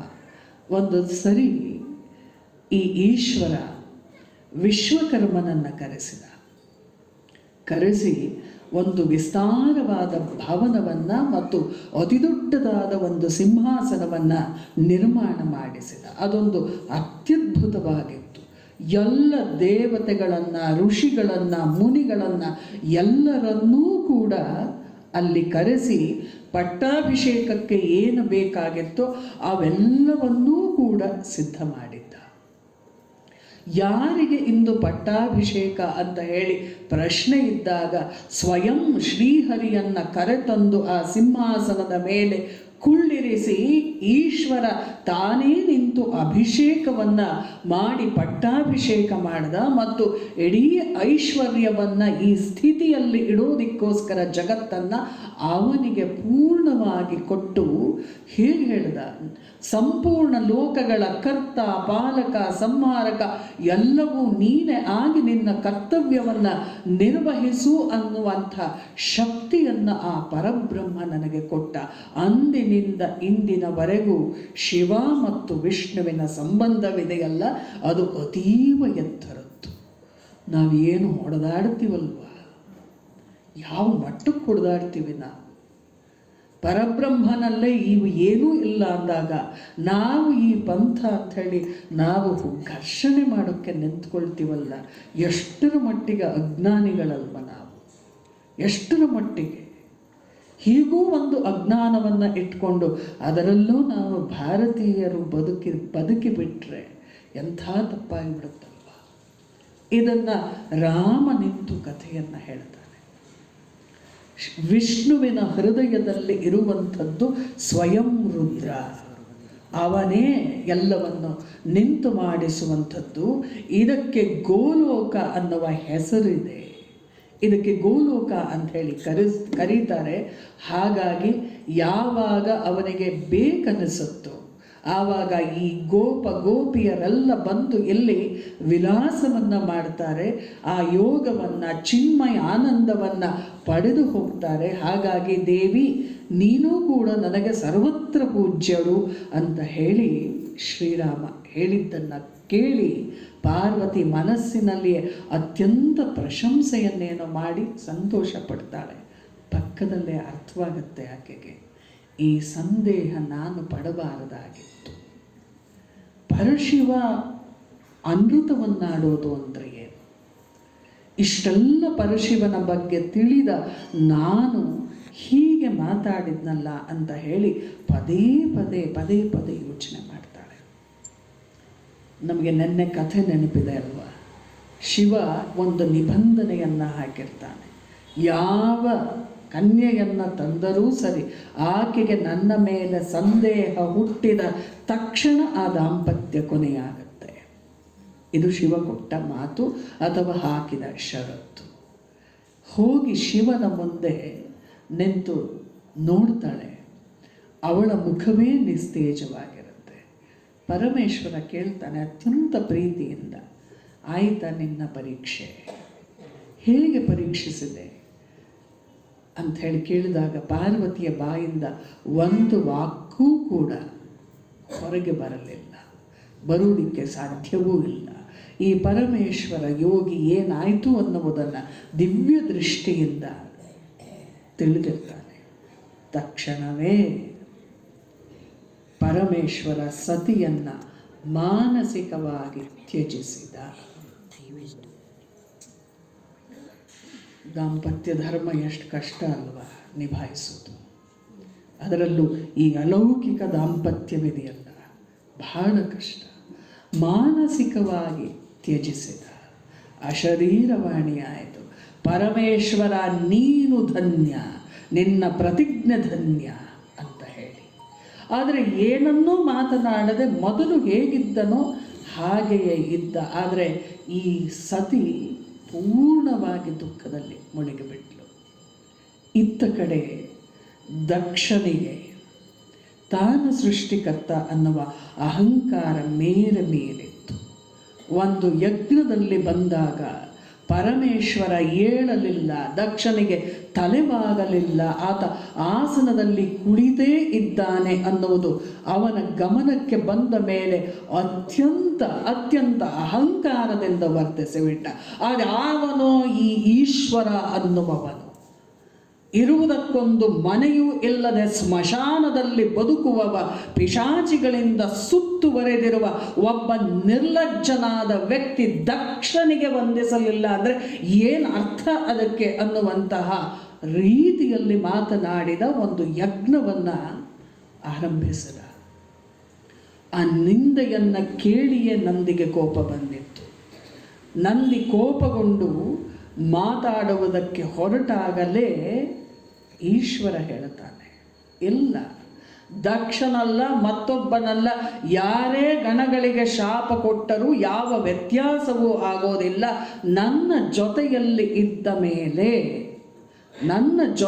ಇದ್ದ ಮೇಲೆ ನಂದಿ ನಿನಗೆಲ್ಲಿಂದ ಈ ಕೋಪ ಅಂದರೆ ನಂದಿ ಕೇಳೋದಿಲ್ಲ, ಇಲ್ಲ ಪರಮೇಶ್ವರ, ಇವನು ಆತ್ಮಜ್ಞಾನವನ್ನೇ ಮರೆತ ಪಶುವಿನಂತೆ ನಡ್ಕೊಳ್ತಾ ಇದ್ದಾನೆ, ಆದ್ದರಿಂದ ಇವನ ತಲೆ ಶೀಘ್ರದಲ್ಲೇ ಕೆಳಗೆ ಬೀಳಲಿದೆ, ಇದು ನನ್ನ ಶಾಪ, ಒಬ್ಬ ಭಕ್ತನಾಗಿ ತಡೆಯುವ ಹಕ್ಕು ನಿನಗೂ ಇಲ್ಲ ಅಂತ ಹೇಳ್ತಾನೆ. ಶಿವ ಅದು ಏನೇ ಇರಲಿ ನಿಲ್ಲಿಸಿಬಿಡು. ಯಾಕೆ ಅಂದರೆ ಯಾರ ಬುದ್ಧಿ ಹೇಗಿರಬೇಕು ಅನ್ನುವುದನ್ನು ಕೊನೆಗೆ ಅವರೇ ನಿರ್ಧರಿಸಬೇಕು. ಆದ್ದರಿಂದ ನೀನು ಶಾಂತನಾಗು. ನಾನೇ ಯಜ್ಞವೂ ಹೌದು, ಯಜ್ಞಕರ್ತನೂ ಹೌದು, ಎಲ್ಲವೂ ನಾನೇ ಅಂತ ಹೇಳ್ತಾನೆ. ದಕ್ಷ ಯಾಗವನ್ನೇನು ಆರಂಭಿಸಿದ. ಎಂತಹ ಯಾಗ! 88,000 ಋತ್ವಿಜರು ಕೂತು ಆಹುತಿಗಳನ್ನು ಹಾಕ್ತಾ ಇದ್ರು. ಅಂತಹ ದೊಡ್ಡ ಯಾಗ. 64,000 ದೇವರ್ಷಿಗಳು ಬಂದು ಕೂತಿದ್ದರು ಅಲ್ಲಿ ಆ ಯಾಗವನ್ನು ನಡೆಸೋದಿಕ್ಕೆ. ಸಪ್ತರ್ಷಿಗಳು ಗಾಥೆಗಳನ್ನು ಹಾಡ್ತಾ ಇದ್ರು. ಇಂತಹವರನ್ನು ಕರೆದಿಲ್ಲ ಅನ್ನುವಂತಹ ಪ್ರಸಂಗವೇ ಅಲ್ಲಿ ಇರಲಿಲ್ಲ. ಚಂದ್ರ ಕೈಲಾಸದ ಮುಂದಿಂದ ತನ್ನ ಪತ್ನಿಯರ ಜೊತೆ ಹೋಗ್ತಾ ಇದ್ದಾಗ ಸತಿ ಕೇಳ್ತಾಳೆ, ಯಾರು ಎಲ್ಲಿಗೆ ಹೋಗ್ತಿದ್ದಾರೆ? ಯಾಕಂದರೆ ಅದೇ ಮನೆಯಿಂದ ಬಂದಂಥವಳು. ಆಗ ಅವನು ಹೇಳ್ತಾನೆ, ದಕ್ಷನ ಯಾಗಕ್ಕೆ ಹೋಗ್ತಾ ಇದ್ದೇನೆ.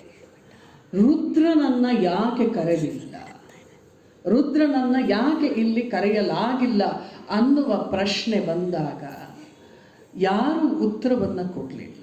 ಆದರೆ ದಧೀಚಿ ಮುನಿ ಮಾತ್ರ ಇದನ್ನು ಪೂರ್ಣವಾಗಿ ವಿರೋಧಿಸಿದವನು. ಶಿವನಲ್ಲದೆ ಈ ಮಹಾಯಜ್ಞವನ್ನು ಯಜ್ಞವೆಂದೇ ಕರೆಯೋದಕ್ಕೆ ಸಾಧ್ಯವಿಲ್ಲ. ಇದು ಯಜ್ಞವೆಂದು ಹೇಳಿಸ್ಕೊಳ್ಳೋದಕ್ಕೂ ಕೂಡ ಯೋಗ್ಯತೆಯನ್ನು ಪಡೆದಿಲ್ಲ.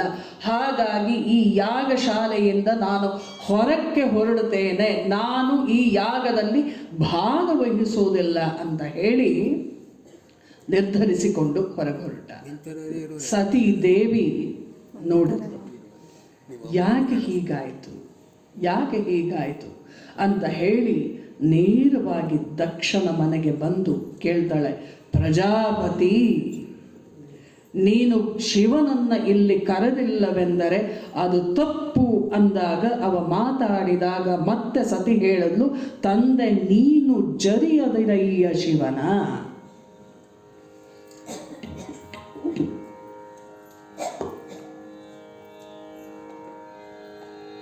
ತಂದೆ ನೀ ಜರಿಯದಿರಯ್ಯ ನಮ್ಮ ನಂದಿ ವಾಹನ ಜಗದಾದಿ ಶಂಕರನ. ತಂದೆ ನೀ ಜರಿಯದಿರಯ್ಯ ನಮ್ಮ ನಂದಿ ವಾಹನ ಜಗದಾದಿ ಶಂಕರನ. ತಂದೆ ನೀ ಜರಿಯದಿರಯ್ಯ. ಸ್ಮರಿಸಿದವರಿಗನ್ನ ಬೆಟ್ಟ ಭಿಕ್ಷೆ ತಿರಿದುಂಬೊನೆಂದು ದೂರುವೆ. ಸ್ಮರಿಸಿದವರಿಗನ್ನ ಬೆಟ್ಟ ಭಿಕ್ಷೆ ತಿರಿದುಂಬೊನೆಂದು ದೂರುವೆ. ಮನ ಮುಟ್ಟಿದರ ಒಂದು ಮನೆಯನ್ನ ಗಟ್ಟಿ ಸ್ವಾಮಿ ಸ್ವಾಮಿ. ಸ್ಥಿರ ಬಾಳುವ 14 ಲೋಕದ ಪಟ್ಟ. ತಂದೆ ನೀ ಜರಿಯದಿರಯ್ಯ ನಮ್ಮ ನಂದಿ ವಾಹನ ಜಗದಾದಿ ಶಂಕರನ. ತಂದೆ ನೀ ಜರಿಯದಿರಯ್ಯ. ಕಡುಕೂರ ವಿಷ ಮುಟ್ಟಲಾಗಿ ಅದ ತಡೆಯಲಾರದೆ ಅಜಸುರರೆಲ್ಲ. ಕಡುಕೂರ ವಿಷ ಮುಟ್ಟಲಾಗಿ ಅದ ತಡೆಯಲಾರದೆ ಅಜಸುರರೆಲ್ಲ. ನಡುಗಿ ಬೆಡಗಿ ಮೊಡಿಗೆ ಇಡಲಾಗಿ ಜಗದೊಡೆಯ ತಾ ಧರಿಸಿದನು ಅವರಿಗೆ ಮರುಗಿ. ತಂದೆ ನೀ ಜರಿಯದಿರಯ್ಯ ನಮ್ಮ ನಂದಿ ವಾಹನ ಜಗದಾದಿ ಶಂಕರನ. ತಂದೆ ನೀ ಜರಿಯದಿರಯ್ಯ.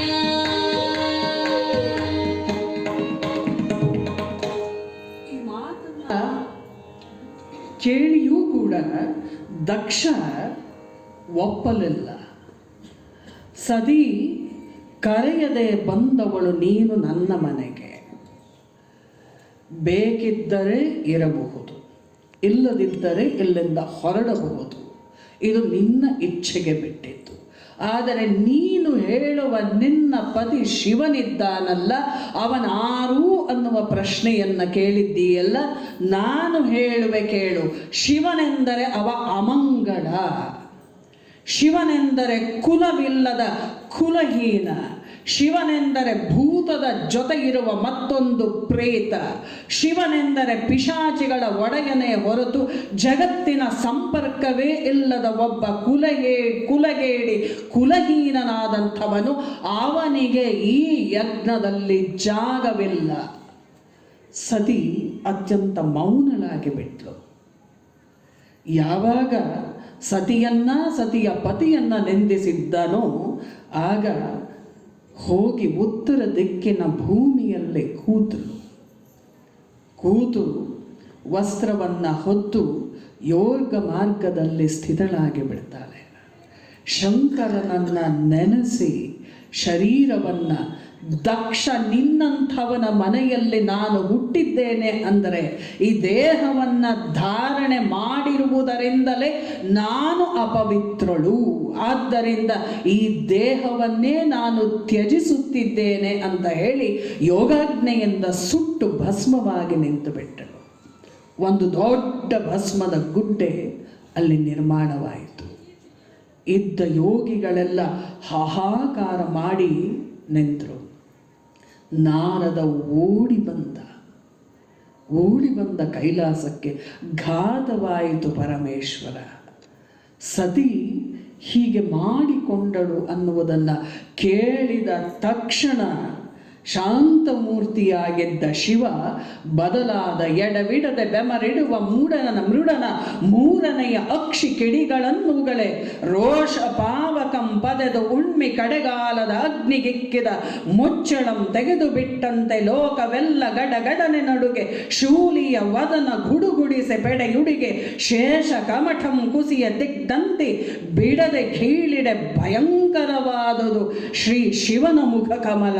ಮಿರುಗುವ ಆ ಮೂರು ಮುಖದ ಕೆಂಗಣ್ಣನ ರೌದ್ರತೆಯಿಂದ ಕರಗೊರಲ ಉರಗ ಹಾರನ ಭಸಿತ ಅಂಗದಿಂದ ಬೆಮರಿನ ಅತಿರೋಷದಿಂದ ಹೂಂಕರಿಪ ಅಭವನ್ನ ನೋಡಲಮ್ಮದೆ ಅಸುವ ಮರೆಯೊಳ್ ಅಡಗಿದರ್. ಎಲ್ಲರೂ ಕೂಡ ಆ ಸಂದರ್ಭದಲ್ಲಿ ಚಿಟಿಲನೆ ಉರಿವ ಅನಲ ಕೋಟಿ ರೂಪಾದಂತೆ ಗಳಗಳನೆ ಶಿವನ ರೋಷಂ ಸಾರ್ದು ನಿಂದು ಥಳಥಳಿಸಿ ನಳಿಪ ದಂಶ ದ್ವಂದ್ವದಿಮ್ಮೆರವ ನೀಲಾದ್ರಿ ಕರಚರಣ ತಳೆದು ನಡೆತುಂದುದೋ ಎಂಬಂತೆ ಸಹಸ್ರ ಅಸ್ಯ ವಿಳಸಿತ ಇಚ್ಛಾಸಿರ ಅಕ್ಷಿಗಳ ಅನಿತು ಸಂಖ್ಯೆಯಿಂದ ಅಳವಟ್ಟ ಭುಜ ಮೆರೆಯ ಗುಡುಗುಡಿಸುವ ವೀರಭದ್ರಂ ಆವಿರ್ಭವಿಸಿದನು. ಕಟ್ಟುಗ್ರ ಮೂರ್ತಿ ವೀರಭದ್ರಂ.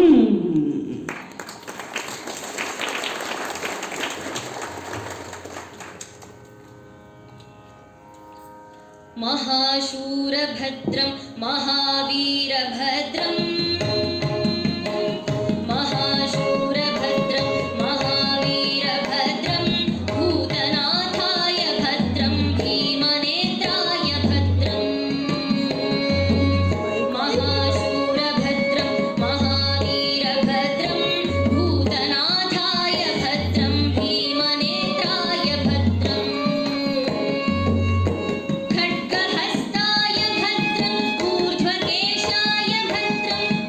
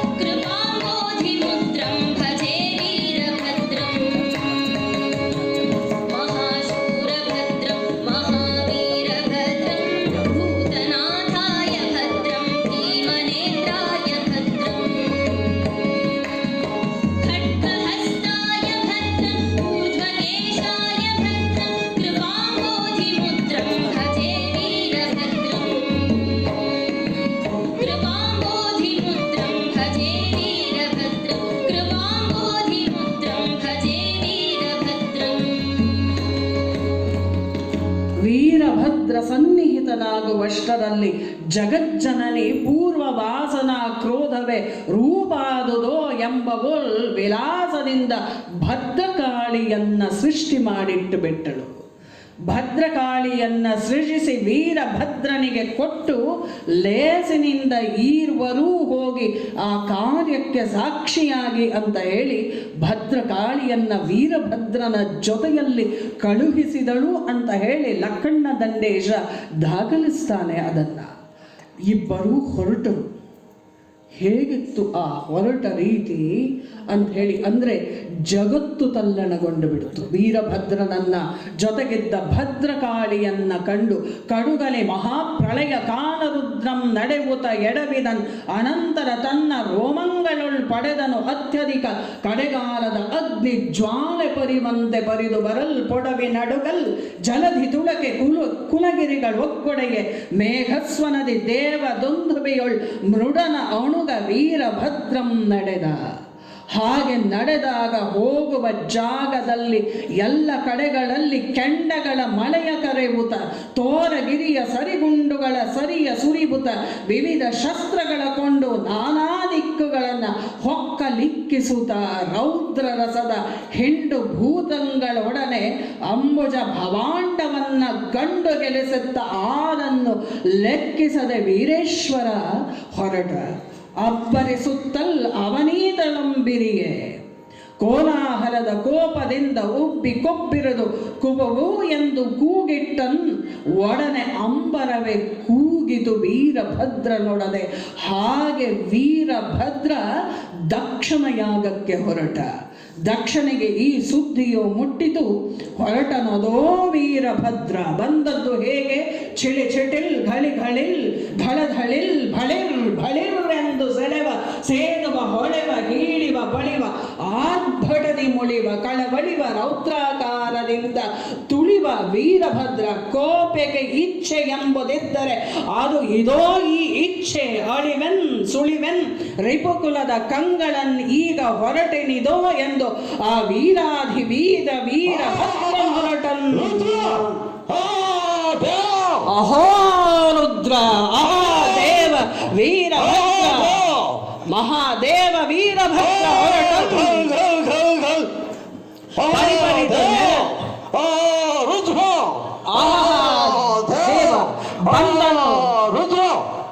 ಬಂದು ದಕ್ಷನ ಕತ್ತನ್ನ ಕತ್ತರಿಸಿ ನಿಂತ.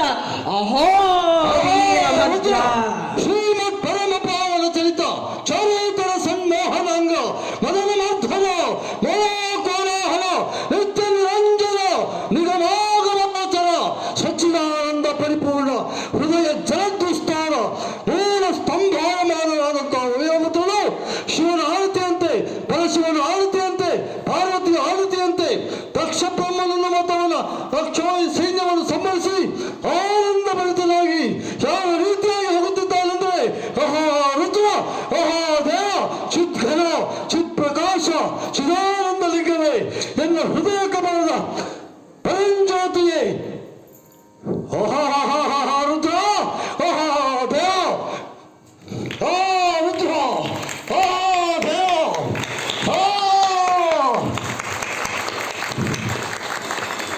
ಕಂಡವರ ಪಿಡಿದು ತರಿದವನು ಈ ವೀರಭದ್ರ. ಯಾರನ್ನು ಬಿಡದೆ ಅಲ್ಲಿ ಇದ್ದ ಪ್ರತಿಯೊಬ್ಬರನ್ನು ಕಂಡು ಯಾರು ಅವನ ಕಾಲಿಗೆ ಬಿದ್ದರೋ ಅವನನ್ನು ಮಾತ್ರ ಉಳಿಸಿದವನು ಈ ವೀರಭದ್ರ. ಇದ್ದವರೆಲ್ಲರೂ ನೋಡಿದರು, ನಡುಗಿದರು. ನಡುಗಿ ಬಿಟ್ಟಿತು ಭೂಮಿ. ದಕ್ಷನ ತಲೆಯನ್ನ ಹುಡುಕಬೇಕಾಯಿತು. ಎತ್ತ ಕಡೆ ಹಾರಿತು ಅವನ ತಲೆ ಎನ್ನುವುದು ಯಾರಿಗೂ ಅರ್ಥವಾಗಲಿಲ್ಲ. ಯಾರು ಶಿವನನ್ನ ನಿಂದಿಸಿದ್ದರೋ ಅವರಾರೂ ಅಲ್ಲಿ ಉಳಿಯಲಿಲ್ಲ. ಶಿವನನ್ನ ನಿಂದಿಸುವುದೆಂದರೆ ಜಗತ್ತನ್ನ ನಿಂದಿಸಿದಂತೆ. ಶಿವನನ್ನ ನಿಂದಿಸುವುದು ಎಂದರೆ ಪ್ರಾಣ ಶಕ್ತಿಯನ್ನ ನಿಂದಿಸಿದಂತೆ. ಅಶರೀರವಾಣಿಯೂ ಕೂಡ ಮಾತಾಡಿತ್ತು. ಎಲ್ಲೆಲ್ಲಿ ಢಂಬಾಚಾರ, ಮೂಢಮತಿ, ಅನರ್ಥಕಾರಿಯಾದ ಸಂಗತಿಗಳು ಜರುಗುವವೋ ಅಲ್ಲೆಲ್ಲವೂ ಕೂಡ ಇಂತಹ ವೀರಭದ್ರರು ಆವಿರ್ಭವಿಸ್ತಾರೆ. ಅವರು ಆವಿರ್ಭವಿಸುವುದು ಕೇವಲ ಕೋಪಾಗ್ನಿ ಆಗುವುದಕ್ಕೆಂದು ಅಲ್ಲ. ಎಲ್ಲಿ ಅಹಂಕಾರವಿರುತ್ತೋ ಅದನ್ನು ದಮನಗೊಳಿಸಬೇಕು. ವೀರಭದ್ರನನ್ನು ಆರಾಧಿಸಬೇಕೆಂದರೆ ನಮ್ಮೊಳಗಿನ ಅಹಂಕಾರವನ್ನು ದಮನ ಮಾಡುವುದಕ್ಕೆ. ವೀರಭದ್ರನ ಸ್ತುತಿಯನ್ನ ಮನೆಯೊಳಗೆ ಯಾಕೆ ತರಬೇಕು ಅಂತ ಹೇಳಿ ಅಂದರೆ, ನಮ್ಮ ಈ ತಲೆಗಳೆಲ್ಲ ಕತ್ತಿನ ಮೇಲಂತೂ ಇರೋದಿಲ್ಲ ಅಂತ ಏನಿಲ್ಲ, ಒಳಗಡೆಯಿಂದ ಸುತ್ತುತ್ತಿರುತ್ತದೆ. ಅದು ಕೇವಲ ಪಿತ್ತದ ಪ್ರಕೋಪವಲ್ಲ, ಬೇರೆ ಏನೇನೋ ಸಂಗತಿಗಳು ತಲೆಯೊಳಗೆ ಸೇರಿ ತಲೆಯನ್ನು ಸುತ್ತಿಸುವ, ಮಿಕ್ಕವರ ಬದುಕನ್ನು ಹಾಳುಗೆಡುವವ, ಸತಿಯ ಸಂಸಾರವನ್ನು ಹಾಳುಗೆಡುವಂತಹ ಇಂತಹ ಜನಕ್ಕೆಲ್ಲ ಅವರ ಬದುಕಿನ ಕೊನೆ ವೀರಭದ್ರ ಎತ್ತುವ ಕತ್ತಿ ಅನ್ನುವುದನ್ನು ನಾವು ಬದುಕಿರುವವರೆಗೂ ನೆನಪಿಟ್ಟುಕೊಳ್ಳಬೇಕು. ಮತ್ತೊಬ್ಬರ ಸಂಸಾರದಲ್ಲಿ ಕೈ ಹಾಕ್ತೀವಲ್ಲ, ಮತ್ತೊಬ್ಬರ ಜೀವನದಲ್ಲಿ ಕೈ ಹಾಕುವ ನಮ್ಮೆಲ್ಲರಿಗೂ ವೀರಭದ್ರನ ಕತ್ತಿ ಅದು ಸದಾ ಬಿಚ್ಚುಗತ್ತಿಯೇ. ಯಾವತ್ತು ಕತ್ತರಿಸುತ್ತೆ ಅನ್ನುವುದು ನಮಗೆ ಅರ್ಥ ಆಗೋದಿಲ್ಲ. ಯಾಕೆ ಅಂದರೆ ಕಣ್ಣು ನಮಗೆ ಕಾಣ್ತಾ ಇರೋದಿಲ್ಲ. ಮತ್ತೊಬ್ಬರು ಅಯ್ಯೋ ಅಂದಾಗ ಹೇಗ್ರಿ ಸಾಧ್ಯ ಅದು? ತಾನು ದೇವಿ ನನ್ನ ಮನೆಯಲ್ಲಿ ಬರಬೇಕು ಅಂಥೇಳಿ ಬೇಡಿಕೊಂಡವ ಅವಳು ಹೊತ್ತಿ ಉರಿತಾ ಇದ್ರೆ ನೋಡುವಂಥವನನ್ನ ಮನುಷ್ಯ ಅಂತೇಳಿ ಹೇಗೆ ಕರೆಯೋಕೆ ಸಾಧ್ಯ? ಸತಿಯ ಇಡೀ ಕುಟುಂಬ ನಶಿಸಿತ್ತಲ್ಲ, ಆ ಹೆಣ್ಣು ಮಗಳು ಹೊತ್ತಿ ಉರಿದ್ರೆ ಹೇಗೆ ಸಮಾಧಾನವಾಗಿರುವುದು? ಸೃಷ್ಟಿಕ್ರಿಯೆಗೆ ವಿರುದ್ಧವಾಗಿ ನಿಂತವನನ್ನ ಕಾಳಿಯೂ ಬಂದು ಸಂಹರಿಸ್ತಾಳೆ. ಶಿವನ ಈ ಮೂರನೆಯ ರೂಪವು ಕೂಡ ಬಂದು ಸಂಹರಿಸುತ್ತೆ. ಹಾಗಾಗಿ ಮಾತು, ಕತೆ, ನಡವಳಿಕೆ, ನಡತೆ ಪ್ರತಿಯೊಂದೂ ಕಲ್ಯಾಣಕಾರಕವಾಗಿಯೇ ಇರಬೇಕು. ಕಲ್ಯಾಣವಿಲ್ಲವೋ ಅದು ಇಂತಹದಕ್ಕೆ ಎಡೆಕೊಟ್ಟು ಬಿಡುತ್ತೆ.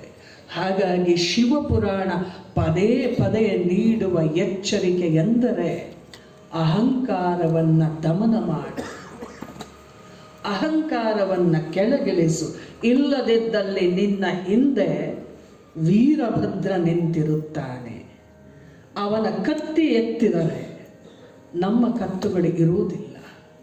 ಆ ಕತ್ತಿಗೆ ನಾವು ಬಲಿಯಾಗಬಾರದು ಅಂಥೇಳಿ ಅಂದರೆ ಪರಶಿವನ ತತ್ವವನ್ನು ಒಳಗಿರಿಸಿಕೊಳ್ಳಬೇಕು. ಸತಿಯಂತಹ ಹೆಣ್ಣು ಮಕ್ಕಳ ಬದುಕು ನಾಶವಾಗುವ ಮಟ್ಟಕ್ಕೆ ಆಲೋಚಿಸ್ತೀವಿ ಅಂತ ಹೇಳಿದ್ರೆ ಭದ್ರಕಾಳಿ ಖಡ್ಗವನ್ನು ಝಳಪಿಸಿ ಬಿಡ್ತಾಳೆ. ಅವಳು ನಿಲ್ತಾಳೆ ಬಂದು. ಹಾಗಾಗಿ ಹೆಣ್ಣು ಮಕ್ಕಳ ಬದುಕನ್ನು ಕಣ್ಣೀರಿನಲ್ಲಿ ಹಾಕಬಾರದು ಅನ್ನುವ ಎಚ್ಚರಿಕೆಯನ್ನು ಶಿವಪುರಾಣ ನಮಗೆ ಕೊಡುತ್ತೆ. ಇದು ಬರಿಯ ಕಥೆಯಲ್ಲ, ಬದುಕನ್ನು ಹೇಗೆ ಬದುಕಬೇಕು ಅಂತ ಹೇಳುವಂತಹ ಮಾರ್ಗ. ದಕ್ಷನ ಯಜ್ಞ, ನಮ್ಮ ಯಾವುದೇ ಪೂಜೆ, ಪಠಣ, ತಪ ಎಲ್ಲವೂ ಕೂಡ ನಿರ್ಧಾರವಾಗುವುದು ನಮ್ಮ ನೈತಿಕ ನಡವಳಿಕೆಯಿಂದ ಮಾತ್ರವೇ.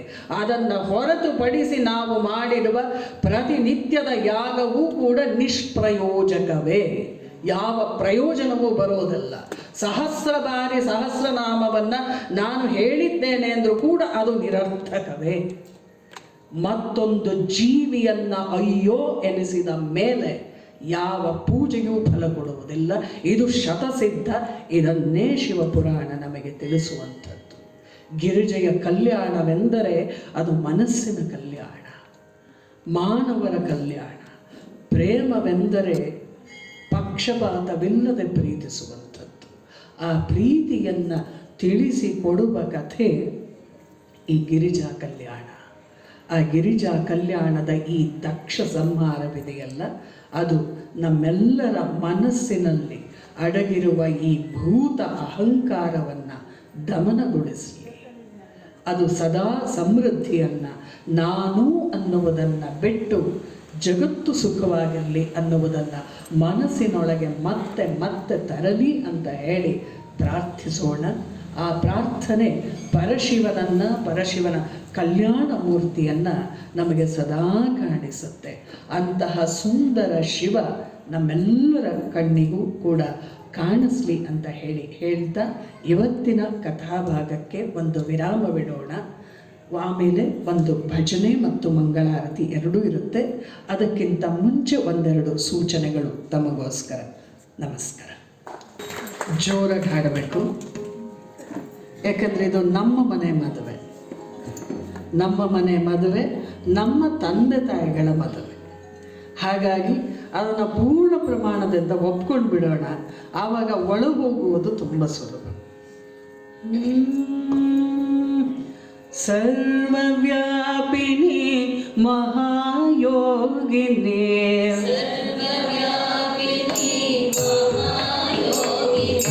ಸರ್ವವ್ಯಾಪಿನಿ ಮಹಾಯೋಗಿನಿ,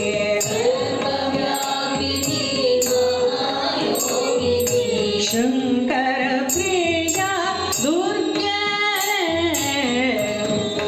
ಪ್ರಿಯ ದುರ್ಗೆ, ಸರ್ವವ್ಯಾಪಿನಿ ಮಹಾಯೋಗಿನಿ,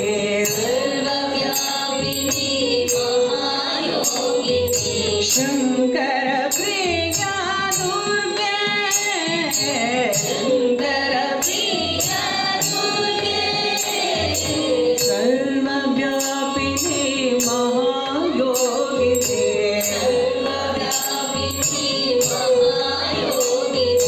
ಶಂಕರ ಪ್ರಿಯ ದುರ್ಗೆ,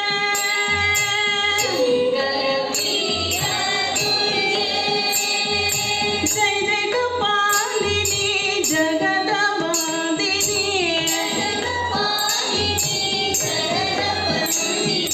ಜಯ ಜಯ ಕಪಾಲಿನಿ ಜಗದ ವಂದಿನಿ, ಜಗದ ವಂದಿನಿ, ಭೈರವಿ ಮಾತಾ ದುರ್ಗೆ, ಭೈರವಿ ಮಾತಾ ದುರ್ಗೆ, ಭೈರವಿ ಮಾತಾ ದುರ್ಗೆ, ಭೈರವಿ ಮಾತಾ ದುರ್ಗೆ, ಜಯ ಜಯ ಮಾ, ಜಯ ಜಯ ಮಾ, ಜಯ ಜಯ ಮಾ, ಜಯ ಜಯ ಮಾ,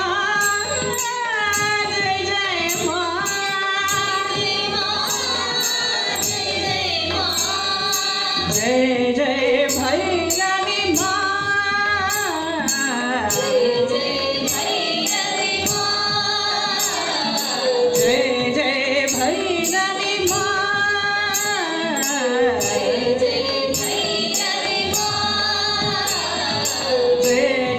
ಭೈರವಿ ಮಾ,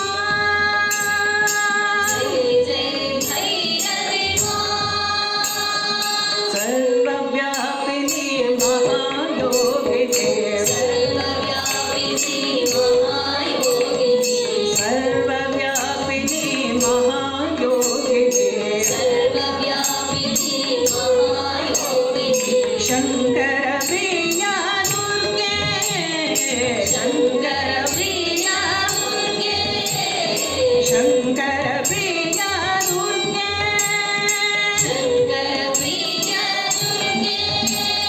ಜಯ ಜಯ ಕಪಾಲಿನಿ ಜಗದ ವಂದಿನಿ, ಭೈರವಿ ಮಾತಾ ದುರ್ಗೆ, ಭೈರವಿ ಮಾತಾ ದುರ್ಗೆ, ಭೈರವಿ ಮಾತಾ ದುರ್ಗೆ, ಭೈರವಿ ಮಾತಾ ದುರ್ಗೆ, ಜಯ ಜಯ ಮಾ, ಜಯ ಜಯ ಮಾ, ಜಯ ಜಯ ಮಾ, ಜಯ ಜಯ ಮಾ, ಜಯ ಜಯ ಭೈರವಿ ಮಾ, ಜಯ ಜಯ ಭೈರವಿ ಮಾ, ಸರ್ವವ್ಯಾಪಿನಿ ಮಹಾಯೋಗಿನಿ, ಸರ್ವವ್ಯಾಪಿನಿ ಮಹಾಯೋಗಿನಿ,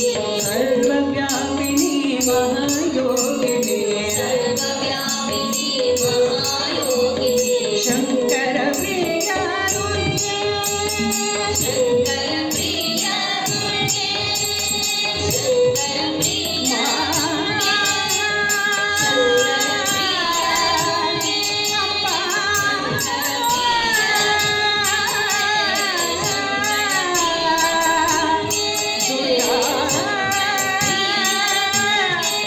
ಭೈರವಿ ಮಾ,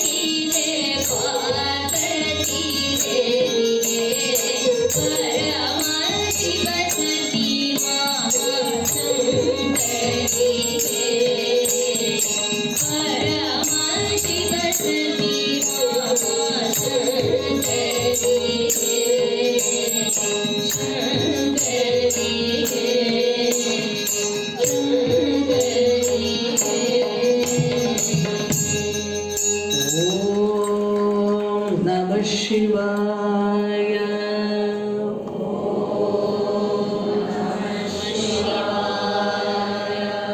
ಓಂ ನಮಃ ಶಿವಾಯ. ಓಂ ನಮಃ ಶಿವಾಯ. ಓಂ ನಮಃ ಶಿವಾಯ.